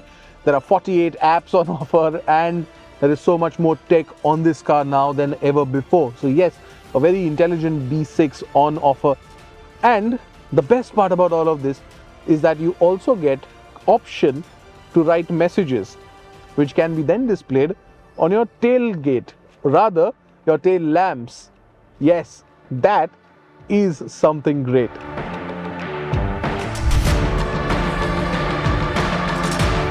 Now the good part about all of this is that even the Formula E edition which comes in gets a bit of an acceleration boost, which makes it go from 0 to 100 kilometers per hour in just 6.4 seconds. That is quick, blistering fast. But having said all of that, there is good news for the earlier B6 owners, XCV9S owners, XCV9E owners, because most of these updates that this car gets will also be updated on their cars from January 2027, which is great because these options will be available to them as well. Now, deliveries of this car will begin from August 26, 2026. And It all bears down to how you look at it. 19,45,000 rupees is expensive for an electric car. But look at it, it's the B6. It's new age, it's different. And with BAS, that is battery as a service, the price has now come down to 11,45,000 rupees. Does that make it exceptionally affordable? Let us know what you think and reach out to our social media handles and even this email ID. But Mahindra just did not stop at these two vehicles. Its truck and bus division officially launched the Blazo iTRK.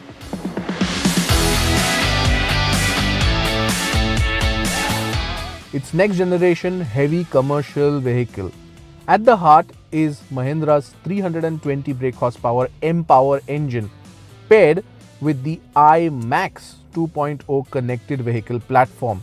The headline number up to 10% more mileage compared to previous models. A direct hit on running costs for fleet owners.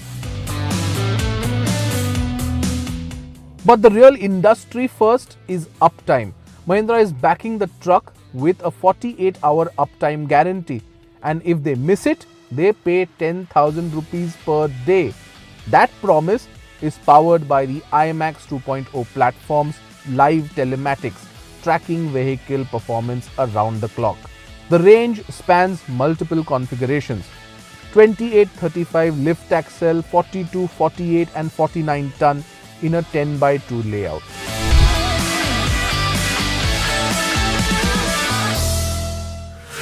So does that B6 Sportec get your heart racing? Okay, switching gears now. Aprilia has updated the 210 457 to make it more comfortable. Although it's called a special edition, it's not really a new variant, but really just an upgraded bike for 2026. So, have the improvements worked in its favor? Arun Mohan Nadar heads to Baramati to get you the answer.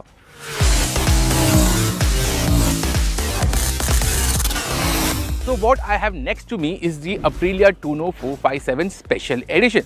This is not a special variant of the standard motorcycle, but this is the updated version of the Tuono 457 because Aprilia says they have fixed the two major issues with the motorcycle. First was comfort and the second aspect was the ergonomics, as the motorcycle felt cramped for tall riders. So have these upgrades made the new Tuono 457 Special Edition a better bike or not? We get you that answer.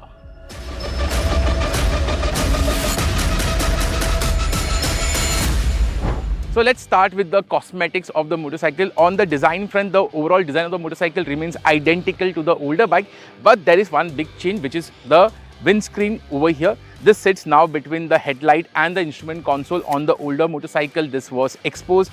I was never a big fan of that bug-eyed headlight. This windscreen makes the front end look better in my opinion. Moving forward, you can see that the graphics on the motorcycle has been redesigned. It is now extending from the tank extension to the fuel tank. Looks a bit cool. Also, the Tuono badging at the rear end has been redesigned, makes it look better. There are two new color options also to distinguish the special edition from the older edition. There's Mamba Black and there's Puma Grey. So these are the changes on the cosmetic end.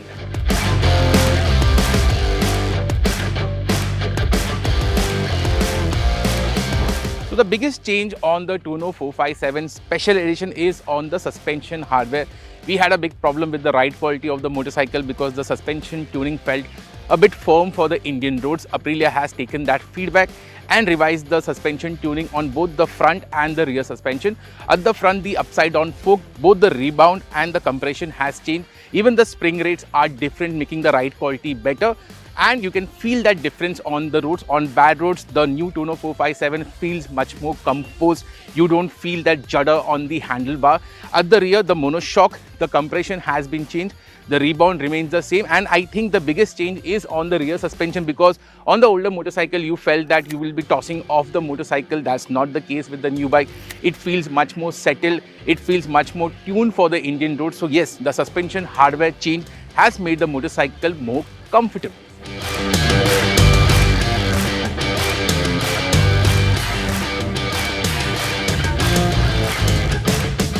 So So on the ergonomics end, there are two big changes. First up, the handlebar is now 10 mm higher, and the seat density, the foam has been increased by 10 mm.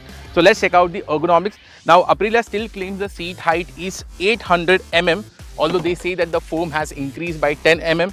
I am 5 feet 10 tall, weigh around 100 kg. As you can see, I can easily flat foot. For me, the seat height is not an issue, and even for shorter riders, I don't think so the seat height should be a big issue, because the seat itself, the profile is very tapered, so it's not a wide motorcycle in that sense. Second thing, the riding posture, as I mentioned before, the handlebar is now 10 mm higher. The foot peg still remains rear set, so you can see the riding posture is slightly canted forward, but it's not overly sporty like the RS457. So the riding posture is like a typical street fighter, a bit sporty but comfortable, makes riding this motorcycle very fun, very enjoyable. And I think the ergonomics, yes, it is a bit sporty, but it is also comfortable. Second aspect is the weight of the motorcycle. Again, not very heavy. You can easily move the motorcycle around when you want to park the motorcycle. So the change in ergonomics, the biggest change is for taller riders, the leg space used to feel cramped. Now it doesn't feel that much. Even for your shoulder also, the riding posture is more comfortable and better.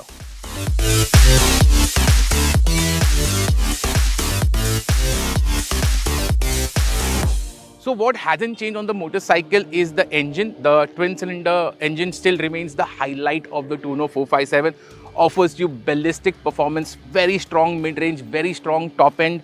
You can do very good speeds on the motorcycle, feels quick, feels nice, feels very engaging.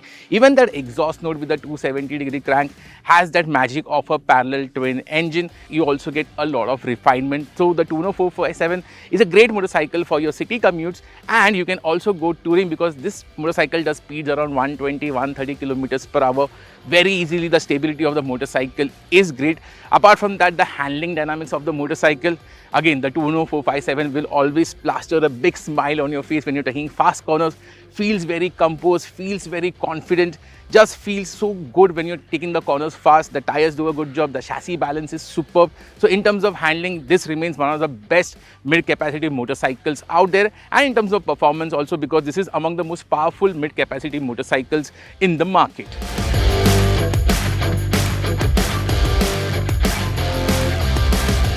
So the new Tuono 457 is 5,000 rupees more expensive than the older variant, and I will say that it is well worth that extra money.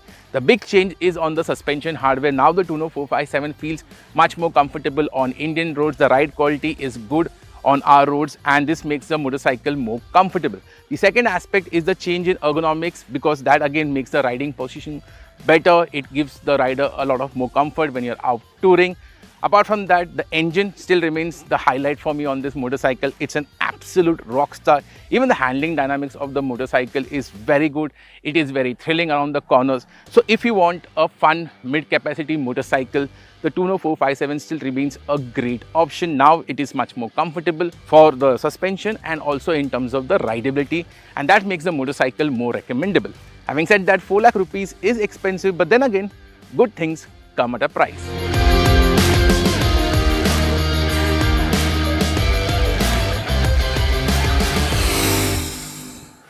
The latest there from Aprilia. Now it's time for your questions. First up from Motilal Chetri. My daily commute is 30 kilometers up and down, so 60 kilometers total. 70% of it is on the highway, so should I go for diesel or petrol? Great question. It's a dilemma many people have. Now with a 60 kilometer daily commute and 70% of that being on the highway, I'm of course going to lean towards diesel, provided you plan to keep on doing similar mileage.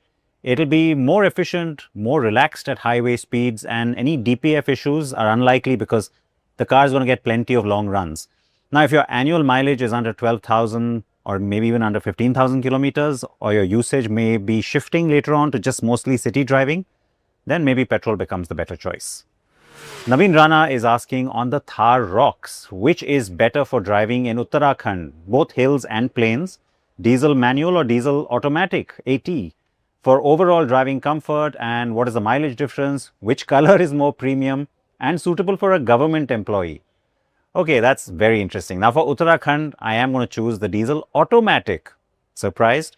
Well, because I'm guessing that you'll have to deal with some messy traffic from time to time as well. It also makes hill driving much more relaxed, especially every day, and especially in traffic and on those steep climbs.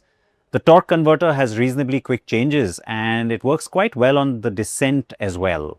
Now, unless you simply enjoy driving with shifting gears yourself, the automatic is the better all-round choice.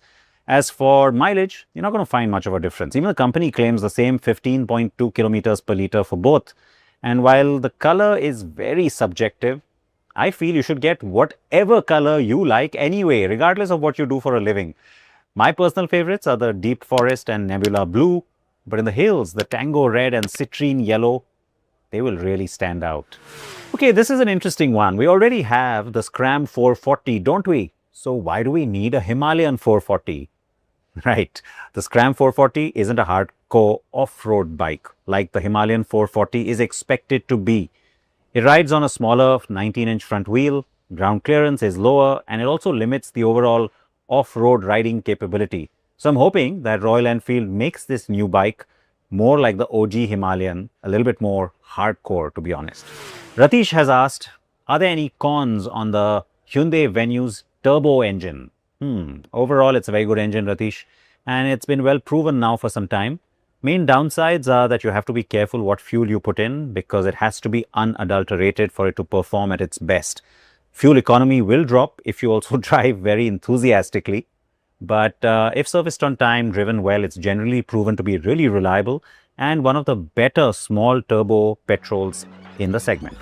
Please keep your questions coming. I love to hear from you. Also what you're thinking, what you're considering. Thanks for that. And thanks for watching today.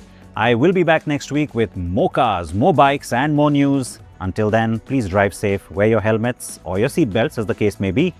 Stay with Republic for news updates.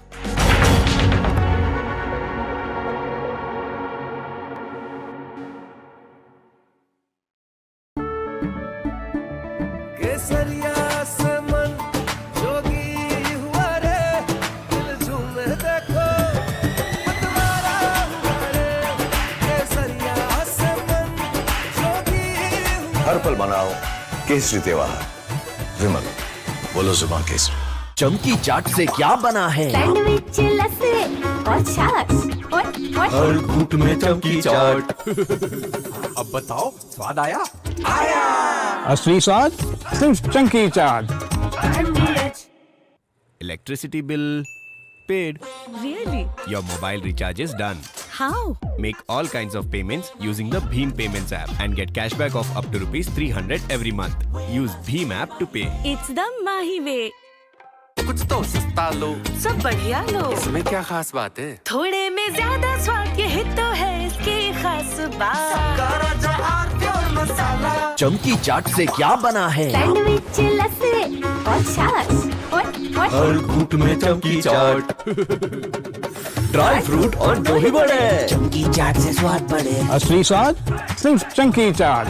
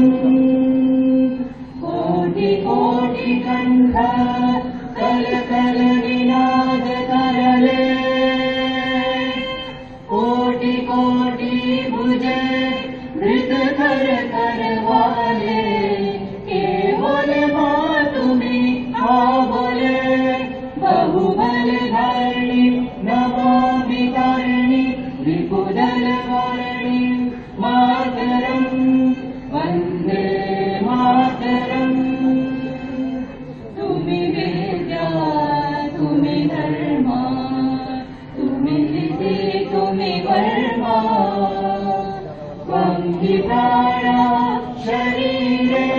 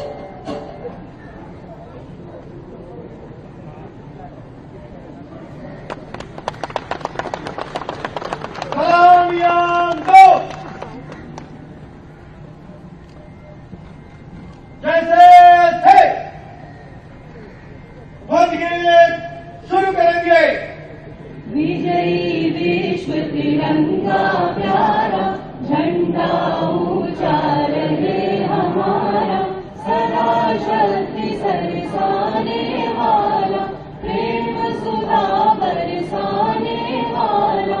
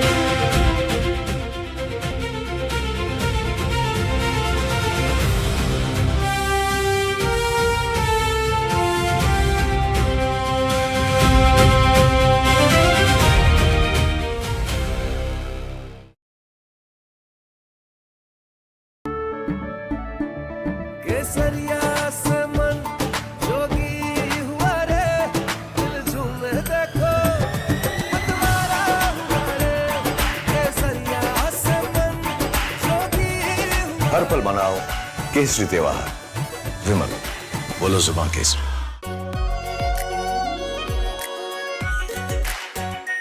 Are pure Shahi Paneer Masala, delicious, healthy everyday. रानी, इस घर में कुछ है जो टूटता नहीं।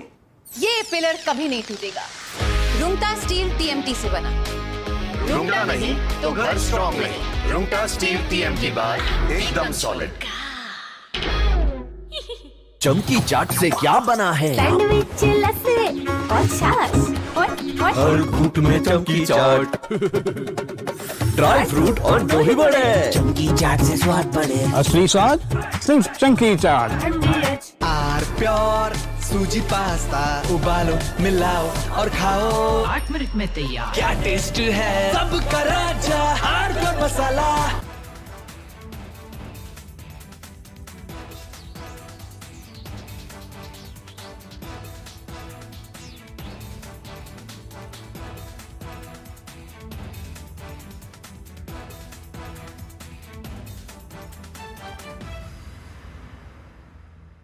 We all must learn the lesson. The era of short, intense conflicts is over. We are all should. From Asia's largest news headquarters, setting the agenda for Bharat.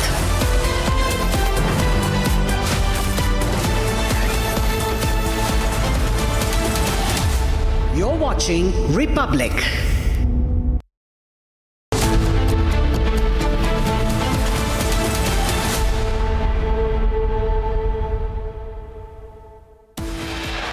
Headlines brought to you by Canara Bank. Together we can. Biggest political news break on Republic. BJP reshuffle most likely tomorrow. Republic accesses inside details of the likely BJP reshuffle. Infusion of youth expected.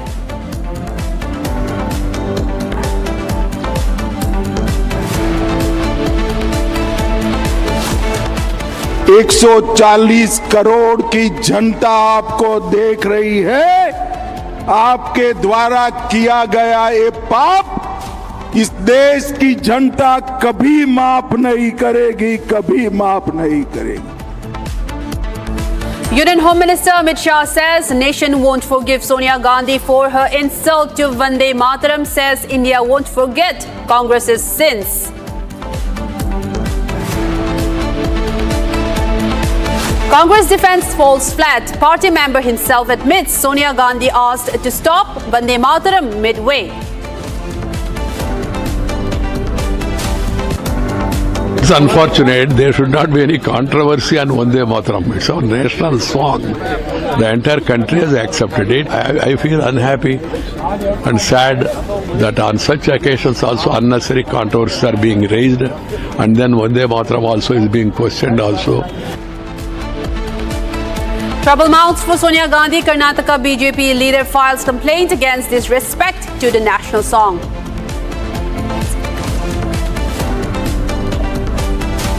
Prime Minister Modi's Dimagi Naxalism drive hits Congress hard. Congress leader owns to the remark, says proud to be a Dimagi Naxal.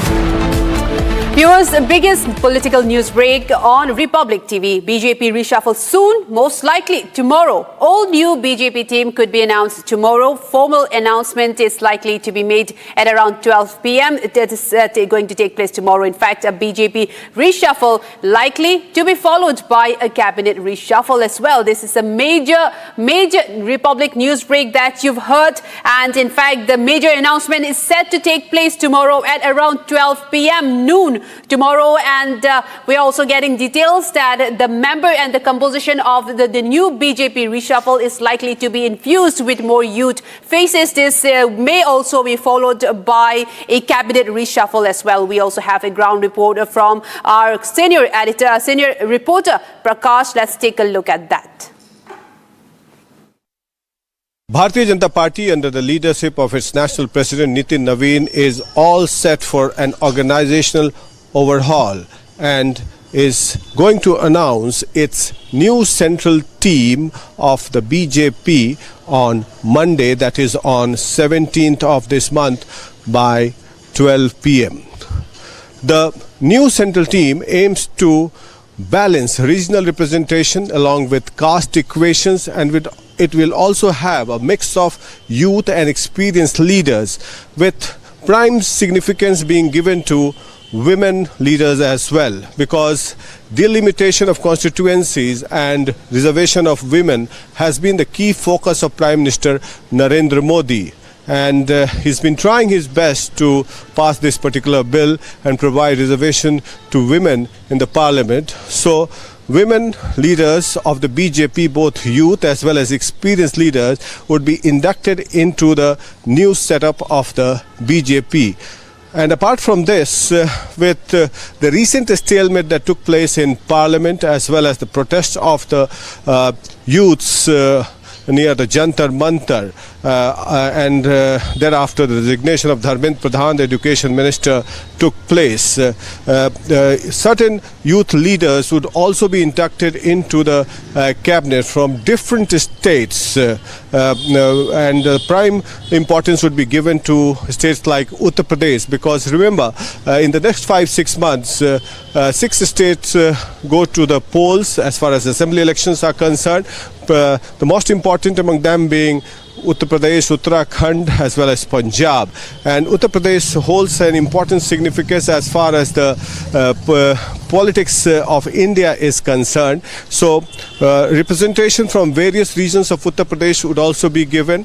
And remember, the politics and the political discourse in India has been changing very fast. So certain youth leaders who are already parliamentarians and certain technocrats would also be inducted into the party as well as in the cabinet. So this will happen very soon, and this particular overhaul was expected for quite some time, ever since Nitin Naveen took over as the party president in February this year, but it has been long delayed, and after confabulations and consultations with Prime Minister Narendra Modi, Union Home Minister Amit Shah, as well as RSS functionaries and Nitin Naveen, the national president himself, the BJP is now all set for announcing its new team.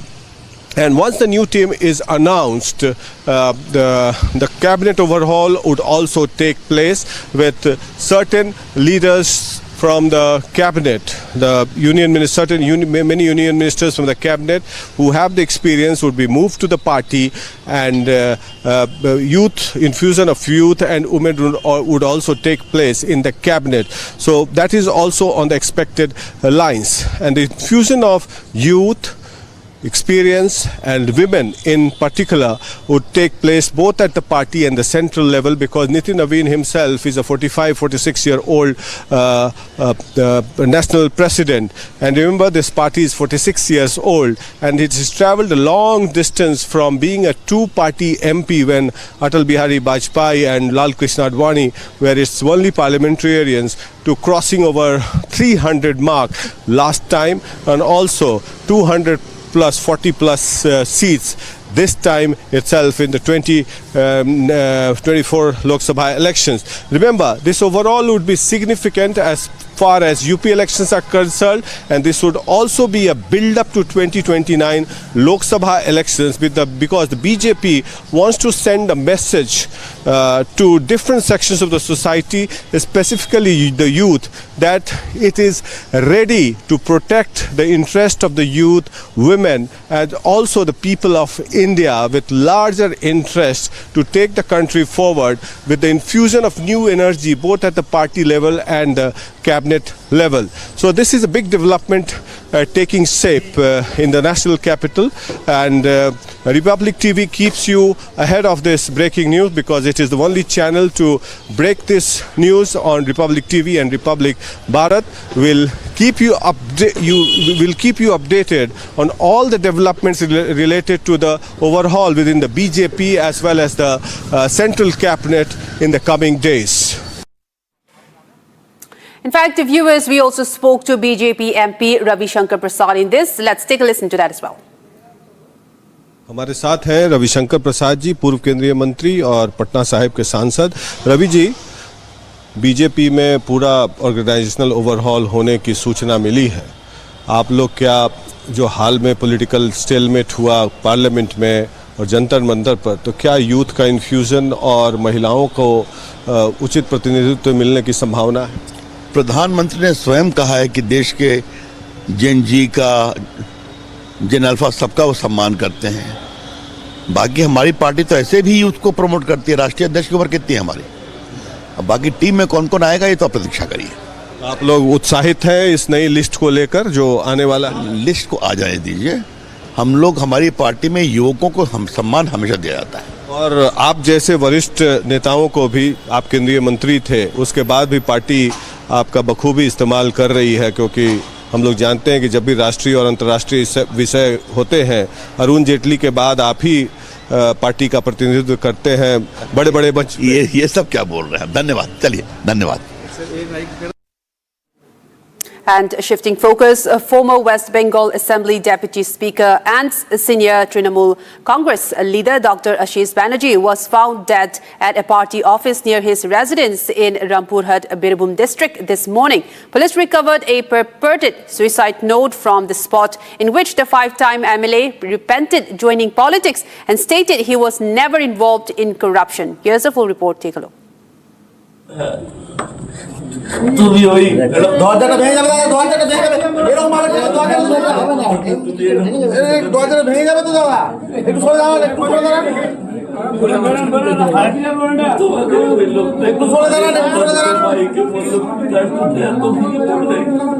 देखा है कि छोड़ दिया चलो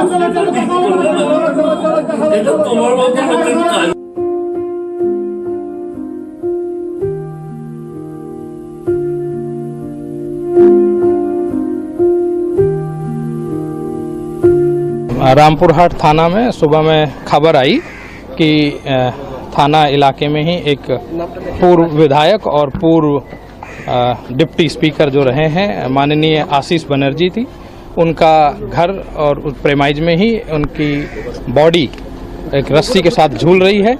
ये information मिलने के बाद तुरंत पुलिस घटनास्थल पर गई और उनके परिवार के सदस्य और इंडिपेंडेंट विटनेस की मौजूदगी में देखा गया कि जिस रूम में, जिस घर में, जिस कमरे के अंदर उनकी बॉडी पंखे के साथ झूल रही है रस्सी के द्वारा, वो उसमें 2 दरवाजे हैं, दोनों ही अंदर से बंद थे। तो वीडियोग्राफी करके और विटनेस और परिवार के सदस्यों की मौजूदगी में पुलिस की टीम रूम के अंदर गई। जाने के बाद देखा कि एक पीले रंग की नायलॉन की रस्सी के साथ पंखे के साथ बांध करके उनकी बॉडी झूल रही है। उसको सम्मान पूर्वक और जो लॉ की जो प्रक्रिया है, बॉडी को उतारा पुलिस ऑफिसर ने और उसको पोस्टमार्टम और फर्दर लीगल प्रोसीडिंग्स के लिए हॉस्पिटल भेजा गया। उस बॉडी के बगल में ही वहाँ से एक हैंड रिटन नोट मिले हैं जिसमें लिखा है कि उनकी मृत्यु के लिए कोई जिम्मेवार नहीं है। साइकिल हुसैन को कल गिरफ्तार किया गया और आज सिविल अदालत में पेश की गई। हाँ, मोहम्मद बाजार थाना का जो एक ऑर्गेनाइज क्राइम का केस है जो बीरभूम जिला पुलिस की एसआईटी इन्वेस्टिगेट कर रही है, उस केस में इन्वेस्टिगेशन करते समय कुछ लीड्स मिले थे, कुछ डॉक्यूमेंट और कुछ लिंकेजेज मिले थे, जिनको वर्कआउट करते समय पुलिस की टीम ने कुछ लोगों से जिज्ञासाबाद किया, उनसे पूछताछ की। पूछताछ में संतोषपूर्वक उत्तर नहीं मिलने पर उनके परिवार के बाकी सदस्यों के साथ पूछताछ की गई। पूछताछ में और संतोषपूर्वक उत्तर नहीं मिलने और कुछ रहस्य ये सस्पिशियस लगने के बाद उनके घर में सर्च किया गया। सर्च करने के बाद वहाँ पे बहुत सारे कागजात ज़मीन से संबंधित और कुछ कागजात जो उनको मंडल स्टोन प्रोडक्ट प्राइवेट लिमिटेड से लिंक कुछ कागजात मिले, कुछ कैश इंडियन करेंसी मिली और कुछ ज्वेलरी वगैरह मिली, जिसको सर्च एंड सीज किया गया। उनको अरेस्ट किया गया, माननीय अदालत के सामने पेश किया गया। अदालत ने उनको पुलिस हिरासत में भेजा है, इन्वेस्टिगेशन चल रहा है। देखिए, जो आशीष सर जो है ना, वो बीरभूम डिस्ट्रिक्ट का सबसे ऑनेस्ट पर्सन एवं हाईली एजुकेटेड पर्सन था। जब हम लोग छात्रावास में था उस टाइम से उसको देख के बहुत लोग इंस्पायर था जे अच्छा लोग पॉलिटिक्स में आए, सबको आना चाहिए। मगर वो एक सुसाइड नोट लिखा है, ठीक है, जिसमें मेलाइन किया है, ऐसा टर्म कुछ और यूज़ किया है। ये शायद कोई मतलब अपोजिशन पार्टी शायद उसका नाम में तो गलत कुछ बोला है, उसका निरपेक्ष तदंत के लिए मैं बोल रहा हूँ प्रशासन को। और ये जो लॉस हुआ है ये सिर्फ बीरभूम का नहीं, ये बंगाल का ही है। ये जैसा ऑनेस्ट पॉलिटिशियन बंगाल में शायद कम ही रहेगा।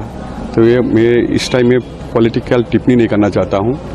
ये जो नोट किया है उसका बेसिस में प्रॉपर इन्वेस्टिगेशन करना चाहिए। और वो तो रामपुर सब डिवीजन का एक इमोशन था, तो ये बहुत लॉस हुआ है। ये निरपेक्ष तदंत करने के लिए मैं कर रहा हूँ, दावी कर रहा हूँ। वो तो 5 साल का विधायक थे, 5 टर्म विधायक था, ऑफिसर था, डॉक्टरेट था। और आप किसी भी आदमी से पूछ लीजिए बीरभूम डिस्ट्रिक्ट का, ये अपोजिशन का हो और किसी भी पार्टी का हो, कि कभी भी पावर का अपयोग करना, किसी से गलत इस्तेमाल करना, किसी से रुपया लेना कभी नहीं किया है। इस तरह का स्ट्रक्चर का लोग जो मतलब 5 टाइम्स वो विधायक था, ऑफिसर था, तो जो हुआ है बहुत लॉस हुआ है बीरभूम का। तो निरपेक्ष तदंत होना चाहिए।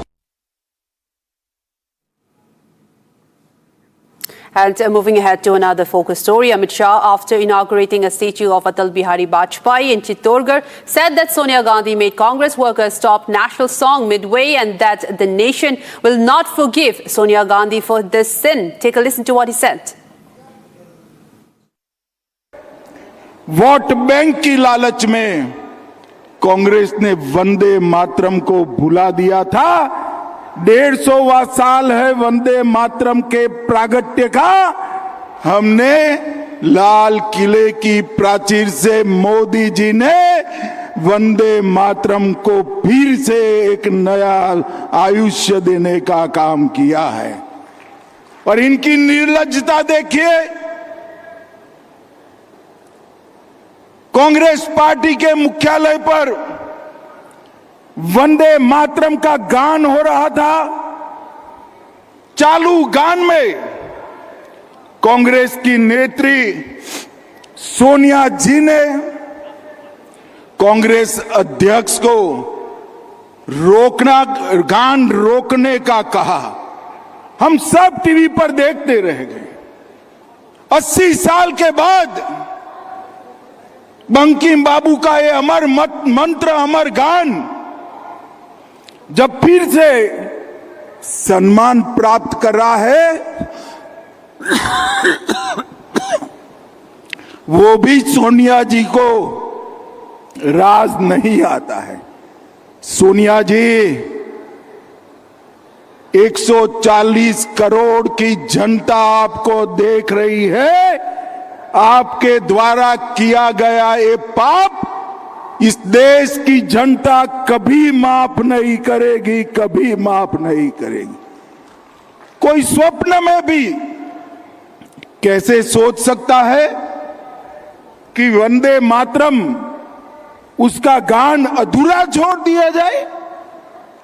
कांग्रेसियों को शर्म आनी चाहिए, और जरा भी शर्म बची है तो दो हाथ जोड़कर बंकिम बाबू की अमर आत्मा से और देश की जनता से माफी मांगनी चाहिए।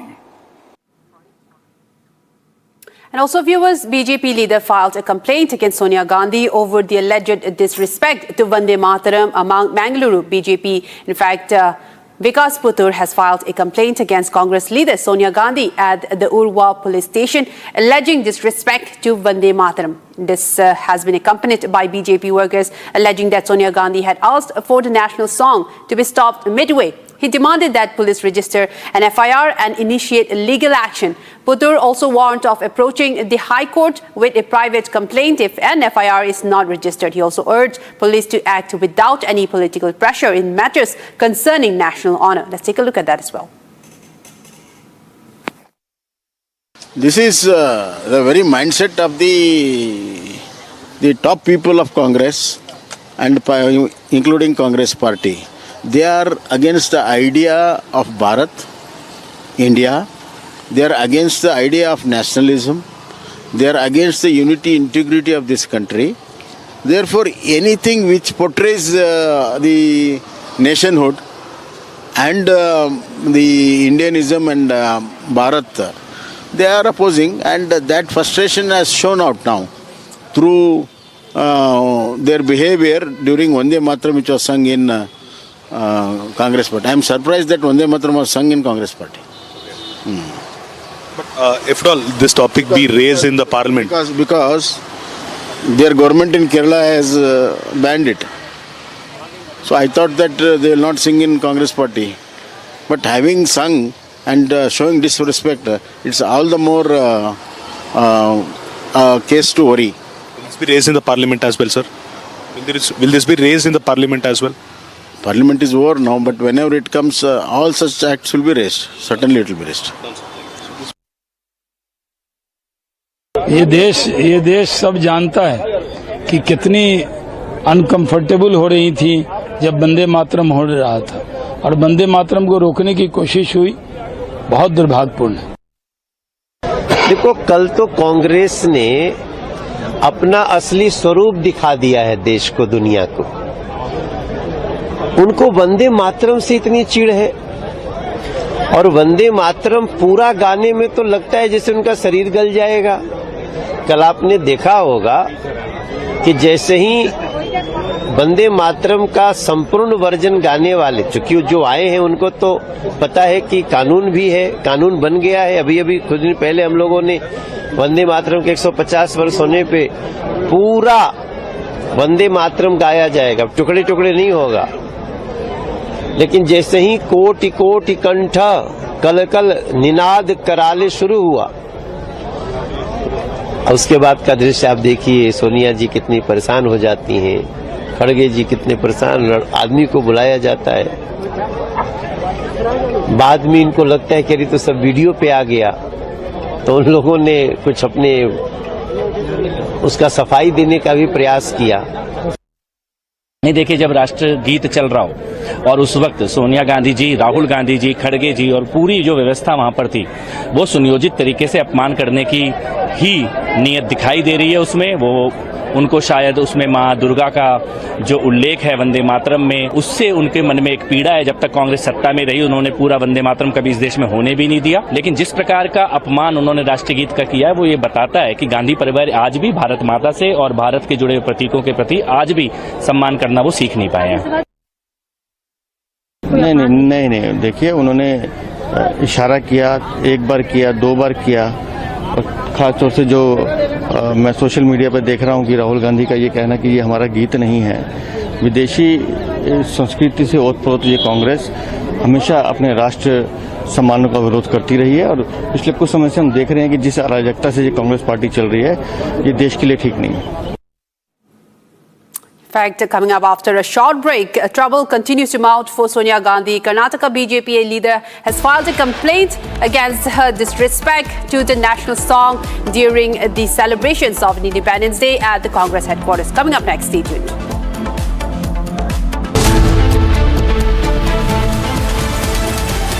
कुछ तो सस्ता लो, सब बढ़िया लो। इसमें क्या खास बात है? थोड़े में ज्यादा स्वाद, यही तो है इसकी खास बात। QS&THE, the world's foremost university rankings organizations, have ranked Amity amongst the top 3% universities globally, making it among the very few Indian universities to be included in both rankings. Yet another top ranking for Amity University. चमकी चाट से क्या बना है? Sandwich, लस्सी और छाछ। हर घूंट में चमकी चाट। अब बताओ स्वाद आया? असली स्वाद सिर्फ चमकी चाट।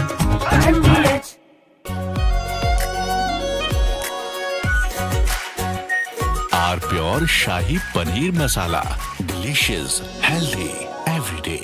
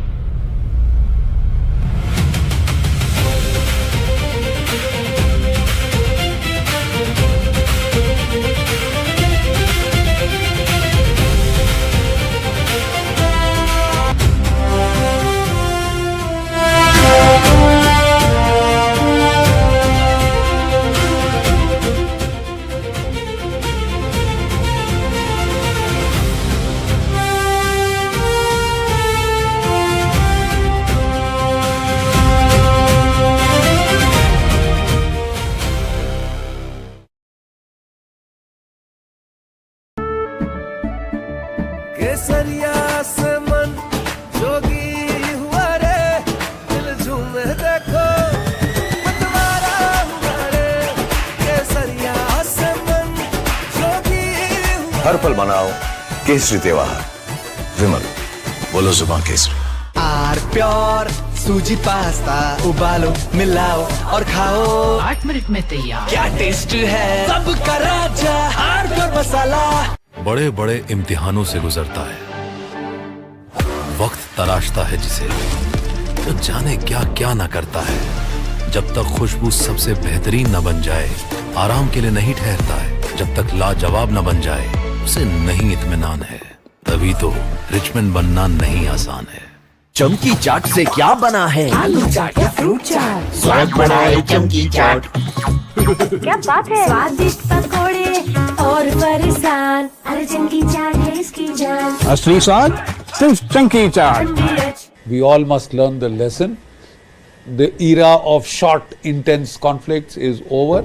We are all should be ready for long, drawn-out wars that tax and test the national stamina. There are unconfirmed reports that Iran has made a nuclear bomb. They have dropped enough indications that they have the bomb. Their top leader, he has made a statement that we now have the bomb. They had already upgraded up to 60%. They had 450 kgs of enriched uranium. And all this while when Donald Trump... Work, imagine, innovate, inspire. Now, ladies and gentlemen, our next speaker brings a unique intersection of architecture, urban planning and policy to this conversation. He is the managing principal of CP Kukreja Architects and has been involved in a wide range of urban development and infrastructure projects across India and internationally. His work brings together design, planning, and the larger question of how cities can actually respond to the demands of rapid urbanization. He has also been actively engaged in global conversations on the future of cities and in 2033 led the G20 initiatives on livable cities for the future, bringing together urban thinkers from across G20 countries. Ladies and gentlemen, please welcome Mr. Dikshu C. Kukreja, architect and urban planner. A huge round of applause for him. Now, to take forward this very insightful and exciting conversation, I'm joined in by my colleague Pranav Kulkarni. Over to you, Pranav.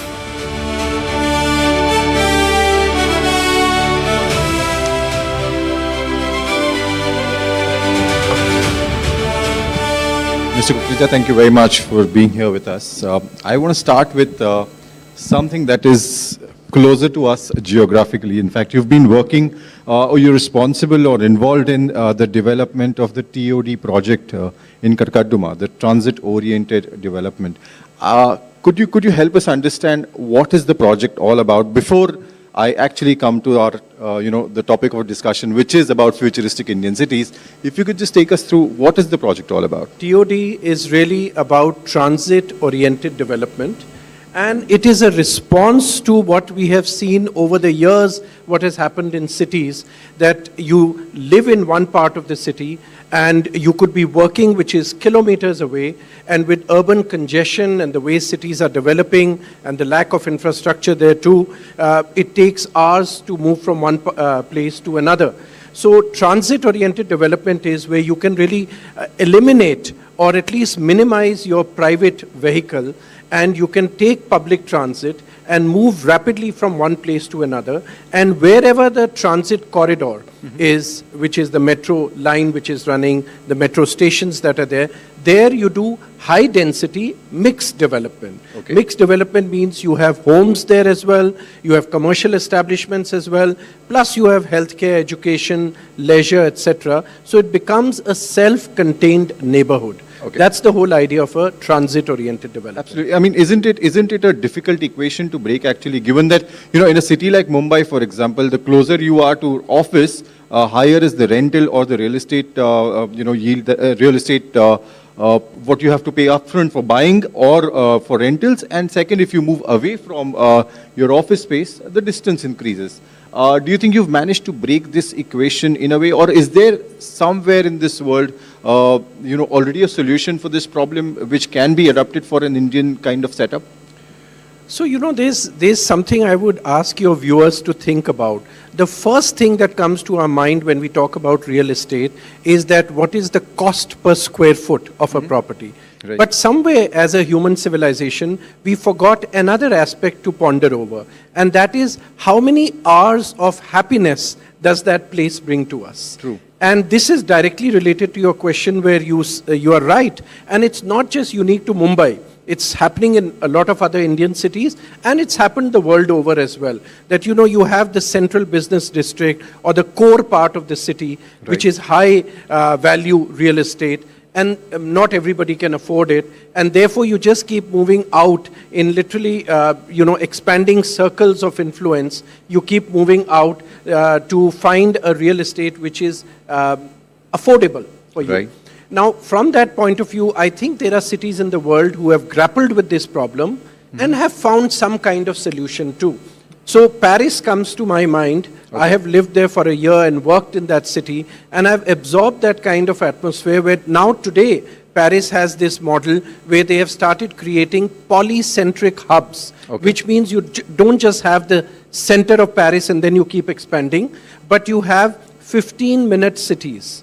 So they are called 15-minute cities because within that zone, you can move from one point to another just in 15 minutes. Okay. And that means it's, again, like I said, a development which is mixed use, self-contained, has everything that you need in a city, and all those requirements of yours get fulfilled in that one zone, rather than traveling miles across for hours at end to reach your workplace and back home every evening. And how implementable is this for a city, for an Indian city like Delhi, Mumbai, Bengaluru?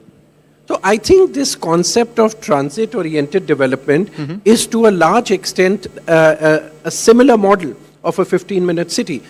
It has its differences, of course, but broadly speaking, it's the same concept that, you are concentrated in an area, which an area of a city, which meets almost all your requirements, or at least meets your daily requirements. Okay. And in that sense, I would say it is highly implementable. I am, filled with gratitude and a sense of responsibility as well that we are designing what is India's first large TOD project. So its success, I think, will unravel really what other cities can adopt and adapt to.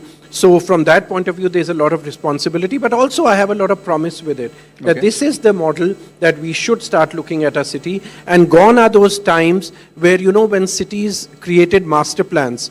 Just today, we have the announcement that the master plan of Delhi has been, 2047 has been finalized or approved. But there were times when master plans of cities in India were made, and literally it was like a color chart. That, one part of the city would be marked red, which would mean it's a commercial zone. Another would be yellow, which is a residential zone, and so on and so forth. And I definitely don't think that's the model cities can. Now it would be a mix of all colors in one corner. That's right. Wonderful. When we talk about, of course, when we're talking about developing decentralized hubs, as you're mentioning, it also involves unsettling a lot of residents who are already there. Just to give an example, the Dharavi redevelopment project or the Motilal Nagar project, for the example, what are some of the challenges architecturally when it comes to considering redevelopment of such huge areas where there are already settled residents? What are the challenges that you feel are important as an architect? So that's a very good question, because Dharavi redevelopment, I think, is a model not just for India, for the rest of India, but it can become a shining example for the global south in the world, where transformation is taking place, where societies are changing, where economies are growing or getting, getting transformed. By that I mean that we all know that Dharavi had that iconic look of just being shanties or jhuggies which were stretching for miles at end, and right there in the heart of the city of our financial capital. And that was literally becoming one image of India which the world used to look at.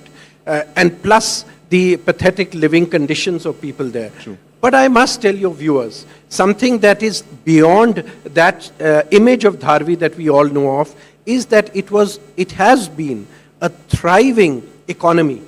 More than $1 billion economy, where, recycling, circularity, sustainable design, entrepreneurship, all these lessons. In fact, Harvard Business School, where, my university where I studied, has case studies on Dharavi. So there is a lot to learn from it. And now as we go about redeveloping it, I think what we need to be careful is that we don't just replace those shanties with gleaming glass towers and consider we have become a modern society, but we ensure that all those socio-cultural, economic, that fabric which existed in Dharvi is somewhere retained and improved upon. Okay. By that I mean that it should be, to a large extent, a self-sufficient economy. It should be able to absorb people from different strata. It should not just be confined to a certain strata. Precisely. So all those aspects are a great potential and for Dharvi to be redeveloped as. Are we going to develop it into a completely new multi-storied slums again, or affordable housing? I don't think that's the right approach. It must have educational institutions, it must have healthcare institutions, it must have places for people for leisure, for recreation, and it also must have housing of different strata. We should not, I repeat, we should not build our cities with economic strata classification. We need to be creating a far more heterogeneous society. As somebody who probably has an interface with policymakers, do you think that angle or that aspect is being kept in mind while planning for a 2047 India? That's point number one. And two is, if you could just list probably 3 or 4 mistakes that we must avoid in order to implement the development model that we're talking about. And the Dharavi-like projects, for example, when we're talking about all those kind of developments, Viksit Bharat 2047, what are some of the challenges that we may be facing over the next about 15 years? I would say that yes, there have been issues which have been there in terms of development. There have been lots of challenges, and they will continue to happen. But what we need to do is, we need to first and foremost understand that we are not here to, we should not be here to ape the West. Because what the West did, the Western society in the 20th century, I think a lot of those fallacies are now for us to see. And today what we are looking at, climate change, is one of the reasons the way development took place in the 20th century. Look at the model in the cities in the United States where, car ruled everything. And even if you had to go to pick up a toothbrush, you had to take a car, drive it to the mall to purchase things. That was the model of development they thrived on. And driven perhaps by the motives of the auto industry, as one hears that happened in the US. And similarly in the Western countries, European countries as well. And today what is happening, and I worry about that, is that many of our political leaders believe that, planning can only happen if we are going to get foreign planners into our country. Now, I find that very bizarre because it's not, I think there are a lot of Indians out here who are extremely talented, who have lived in this country, who know the challenges of this country, and who might have traveled and seen what is good and bad in the rest of the world. And who better for them to plan than having people who fly into our country, are not sensitive to our culture or our other conditions in the country. I'll conclude this conversation with just one quick fire-like question. What's the Delhi of tomorrow that you imagine? What are 3 things that you imagine in the Delhi of tomorrow? Let's say 100 years from now. I would say maybe even a more greener Delhi, a more culturally vibrant Delhi, a Delhi which is actually an iconic destination, not with just iconic buildings, but an iconic destination which is nowhere else in the world, and people come to see it. People go to New York, Chicago, Singapore, Tokyo, and London and Paris perhaps for what they find there. But they will only come to Delhi because Delhi will be one city which not only has a tremendous history, has been built over centuries and rebuilt many times, but is also demonstrating how you can have a very culturally diverse and yet a very modern, responsible, sustainable city. Wonderful. Mr. Kukreja, thank you very much for being here with us. It was wonderful talking to you. Thank you. Thank you. I enjoyed myself.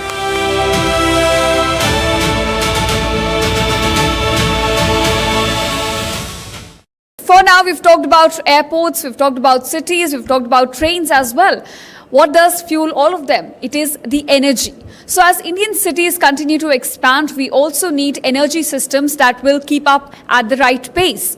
And we're looking at energy system that is also evolving and developing around Indian cities. So the big question is that how do we use, generate and transmit energy for a rapidly changing landscape? And to answer these questions, our next speaker brings extensive experience in energy policy, sustainability and research with a particular focus on India's evolving energy landscape and the transition towards cleaner and more sustainable system. So ladies and gentlemen, please welcome Dr. Debajit Palit, who's also head at Chintan Research Foundation, in conversation with my colleague Rishita. Give them a huge round of applause as they begin their conversation. And thank you so much, sir, for joining us today. It's really an honor to have you on board with us at Republic Viksit Bharat 2047. Now, sir, my first question for you is about India's urbanization in general. So we see that it's keeping pace, it's going really well. We have industries coming in, we have airports, cities, everything developing. Now, I want to understand, is the power transmission infrastructure able to keep pace with it, or is it falling short? Thank you, Ishita. It's a pleasure to be here at Republic TV studio. Well, I see it urbanization. What are the three most important things in urbanization? Mobility. We need mobility in any urban areas. Housing. We need housing. Cities are expanding and there is more migration, so we need housing. And currently, the another thing which has become very important is the digital infrastructure. And all these things, all these three things, I think is important to have reliable power for all these three things. So I think power interconnects or electricity interconnects all these three things, and we have to make the infrastructure in a way that we are able to provide reliable power supply for whether it is digital infra, whether it is mobility. When I say why it is important to provide electricity for mobility, currently most of our fleet is running on oil and gas, whether it is the pipe natural gas or it is diesel or petrol. But over the years, in the next few years, in the next 2 decades, as we move towards Viksit Bharat, we'll see more and more vehicles being converted into electric vehicles. The plan is that by 2050, almost all two-wheelers and three-wheelers should be on electricity, and 50% of our passenger cars should be electric. Now that needs a huge amount of power. Data centers are coming up in urban areas. Where we're sitting in Noida, I think there are large number of data centers which are coming up, and all these data centers will need reliable electricity. So I think it is important to have reliable power, and in that front, we are moving, again we have to the second challenge that we are facing now is how do we move from the traditional or the conventional power infrastructure that is coal-based, fossil fuel-based, to more greener power sector infrastructure. We've recently has achieved 300 gigawatt of non-fossil capacity out of 550 gigawatt that we have. And that's about 60% of our target of 500 gigawatt that we plan to achieve by 2030. So I think, yes, with more and more urbanization, power sector is also moving ahead. And we are, in a way, almost on our plan to achieve the target that we have set for us for 2030. Now, India is keeping pace with it in a very fantabulous way. But at the same time, there are certain bottlenecks as well when it comes to the transmission process. Now, I want to particularly talk about something called Adani's Khavda Renewable Energy Park. Now, this is the world's largest renewable park. So, do you think this can actually solve grid integration at that scale?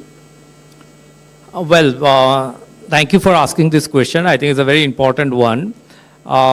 Let me put some numbers, and that will provide you some ideas about the scale of operation that is going on in Khavda. Khavda is in Kutch district in Gujarat. Yeah. The plant capacity is 30 gigawatt in Khavda. It's one of its first or the first of its kind renewable energy park where a large tract of land where there is no habitation. As such, no forest, nothing, so that we don't have to cut those trees and other things. So it's a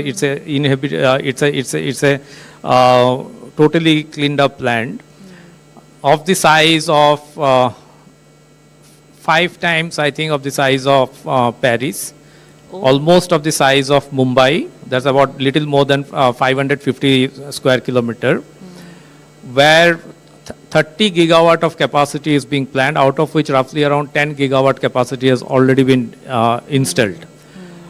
Now the Adanis who are setting up this plant, out of that total planned capacity of 50 gigawatt by 2030, 30 gigawatt would be by 2028 would be in Khavra.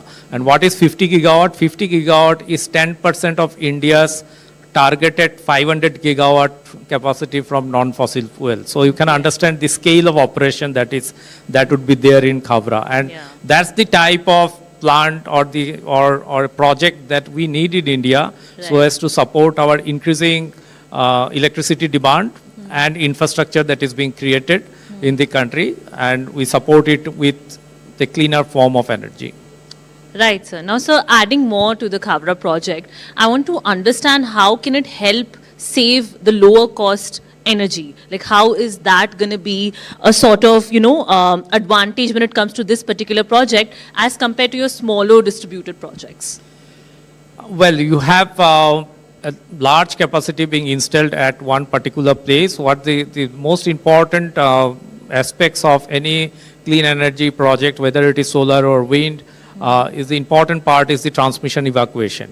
Right. So the transmission, the way the project was planned is that the transmission evacuation has also been planned accordingly, and there are no transmission constraints as such to evacuate power from that area. So that reduces the cost quite a bit. Right. Your large, now again in Khavra, the most modern technologies are being used. You have robotic cleaning process and all such things are happening. And because everything is at one place, the economies of scale matters, and that's how the project cost is less. If the project cost is less, then that helps in reducing or keeping the tariff within the affordable limit. Right. So that helps in a big way. Right, sir. Now, I also want to understand from you, we have these expressways building, ports building, airports building, all opening up in areas very close to us. I want to understand how closely should power planning happen around these areas? How crucial is power planning when it comes to urban development as well?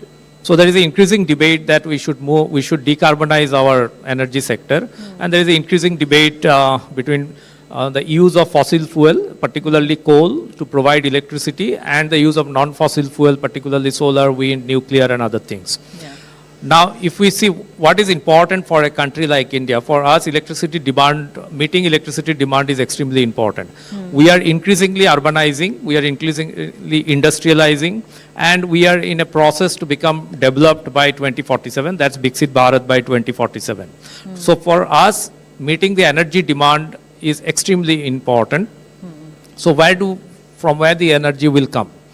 So we are currently consuming about roughly around 1700 to 1800 billion units of electricity. Out of that, 70% is roughly around 70% is coming from coal. The rest are from particularly from non-fossil fuel sources. A little amount from gas also. Now, if you see in 2050 or 2047, when we plan to become Viksit Bharat, our electricity consumption will increase to about 6,500 billion units. Now the question is can clean energy provide us the 6,500 billion units? My answer would be, irrespective of whether clean energy can provide that 6,500 billion units or not, for us it is important to consume that energy, because at that stage, and please mind that at that stage also, at 6,500 billion units, our energy consumption per capita would be much lower than the global average. Currently we are at 1/3 of the global average, and at 6,500 billion units, our per capita energy consumption would be around little less than 5,000 kilowatt hour per capita, which is the current global average.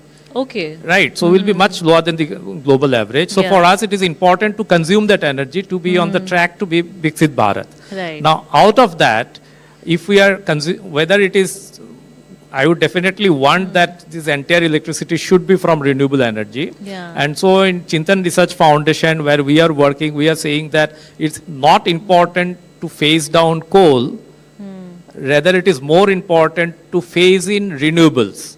So the way we push a phrase or push a narrative is instead of hating coal, we should start loving renewables. So phase in renewables and not phase down coal. This is the first narrative or first idea that we would like to push forward.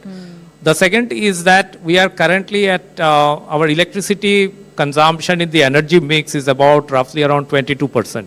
Okay. Europe is at 23%. China is more than 30%. 78% of our energy mix are molecules. Now we need to shift from molecules to electrons, that's electricity, as fast as possible. And we have to have a strategy of electrons first. And if we have a strategy of electrons fast, that directly helps us in decarbonization, because it is much easier to decarbonize the electrons than to decarbonize the molecules in the form of oil and gas. Right. And so the next strategy for India is electrons fast. The third strategy for India to achieve all these things is, in my view, is that we have to talk about systemic energy transition, because for us, land, biodiversity, water resource, everything is important. So we also have to talk about things where all these things are not degraded, and we do the energy transition in a way so that we can take everybody along. So these are the three things: renewables fast, electrons fast, renewables phase in, and systemic energy transition, which is going to help us to achieve our Viksit Bharat target by 2047 as far as energy transition is concerned. Right, so very interesting. We should love renewables first. A very interesting point there. Now, sir, I want us to look a little bit beyond the metropolitan lens. So you have these new technologies coming in, microgrid, small grids. I want to understand, does this give an edge to your older traditional cities when it comes to infrastructural development? Well, so let me again put it, instead of distinguishing between urban and rural areas, so microgrid has applicability in both rural and urban areas. So the traditional belief is that microgrids are important in rural areas where electricity access is not there. Right. But the traditional belief system is changing. We are now having rooftop solar systems. All these rooftops can be interconnected to make a microgrid, and these microgrids can be interconnected with the main grid, from where we can take electricity or electrons and also feed electricity or electrons to the main grid. So that's how the modern systems are going to look like. That's where the India energy stack is working exactly on this particular framework. So what we are going to have is that all the rooftops getting interconnected with each other, forming a microgrid, and the microgrids getting interconnected with each other and forming the large grid. So we are not going to distinguish in the near future between a main centralized grid or a microgrid, because each one of it is going to have its own niche and are going to work in an interoperable fashion. Okay. And that's what we call a smart grid. So increasingly a smart grid is going to be the norm. Currently it is an exception, but in the near future, maybe in 5 years or 10 years time, it is going to be the norm. Right, sir. Now, sir, you've had a very diverse range of experience working across UN, World Bank. So help me understand what makes India different from the rest of the world. If there are three things that gives the country an edge when it comes to power transmission or the clean energy infrastructure in general, what gives it the edge? Well, in case, particularly in the energy sector, I think we are decarbonizing very fast. For us, both economic growth and decarbonization are equally important, and I think India is doing wonderful work in both the front. We are economically also growing, and we are also decarbonizing the economy, as I mentioned in my previous intervention, that we are growing at a faster rate than the rate at which our carbon emissions are increasing. So that's an area where I think we are doing wonderfully well. I think we are doing quite good in moving towards Viksit Bharat. The plan is that we should achieve Viksit Bharat and have a HDI of the Human Development Index of 0.85 and more, which is most of the developed countries that have. Finally, sir, when we talk about Viksit Bharat 2047, should the objective be to build an India for today or look at a promising India for tomorrow as well? How do we do that, if so? of course, promising India for tomorrow. Because if we are building it today and following today's model, I think that will become obsolete for tomorrow. So we are thinking of a model. Viksit Bharat is about little more than 20 years from now, and Net Zero India is another 20 years from Viksit Bharat. So we have to think of a model where we not only achieve Viksit Bharat, but at the same time the Viksit Bharat should take us to Net Zero India, and that should be the model that we should aspire for and we should work for. I would say not just 2047, but also 2070, which is our the target year for Net Zero India. Thank you so much, sir. Thank you so much for sharing your insights. Here's hoping for a cleaner and greener India. Thank you for your time, sir. Thank you. Thank you so much. Thank you.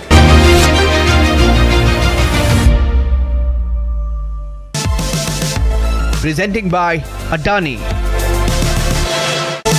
Co-powered by Aranyaka Estates. कुछ तो सस्ता लो, सब बढ़िया लो, इसमें क्या खास बात है? थोड़े में ज्यादा स्वाद, यही तो है इसकी खास बात। QS and THE, the world's foremost university rankings organizations, have ranked Amity amongst the top 3% universities globally, making it among the very few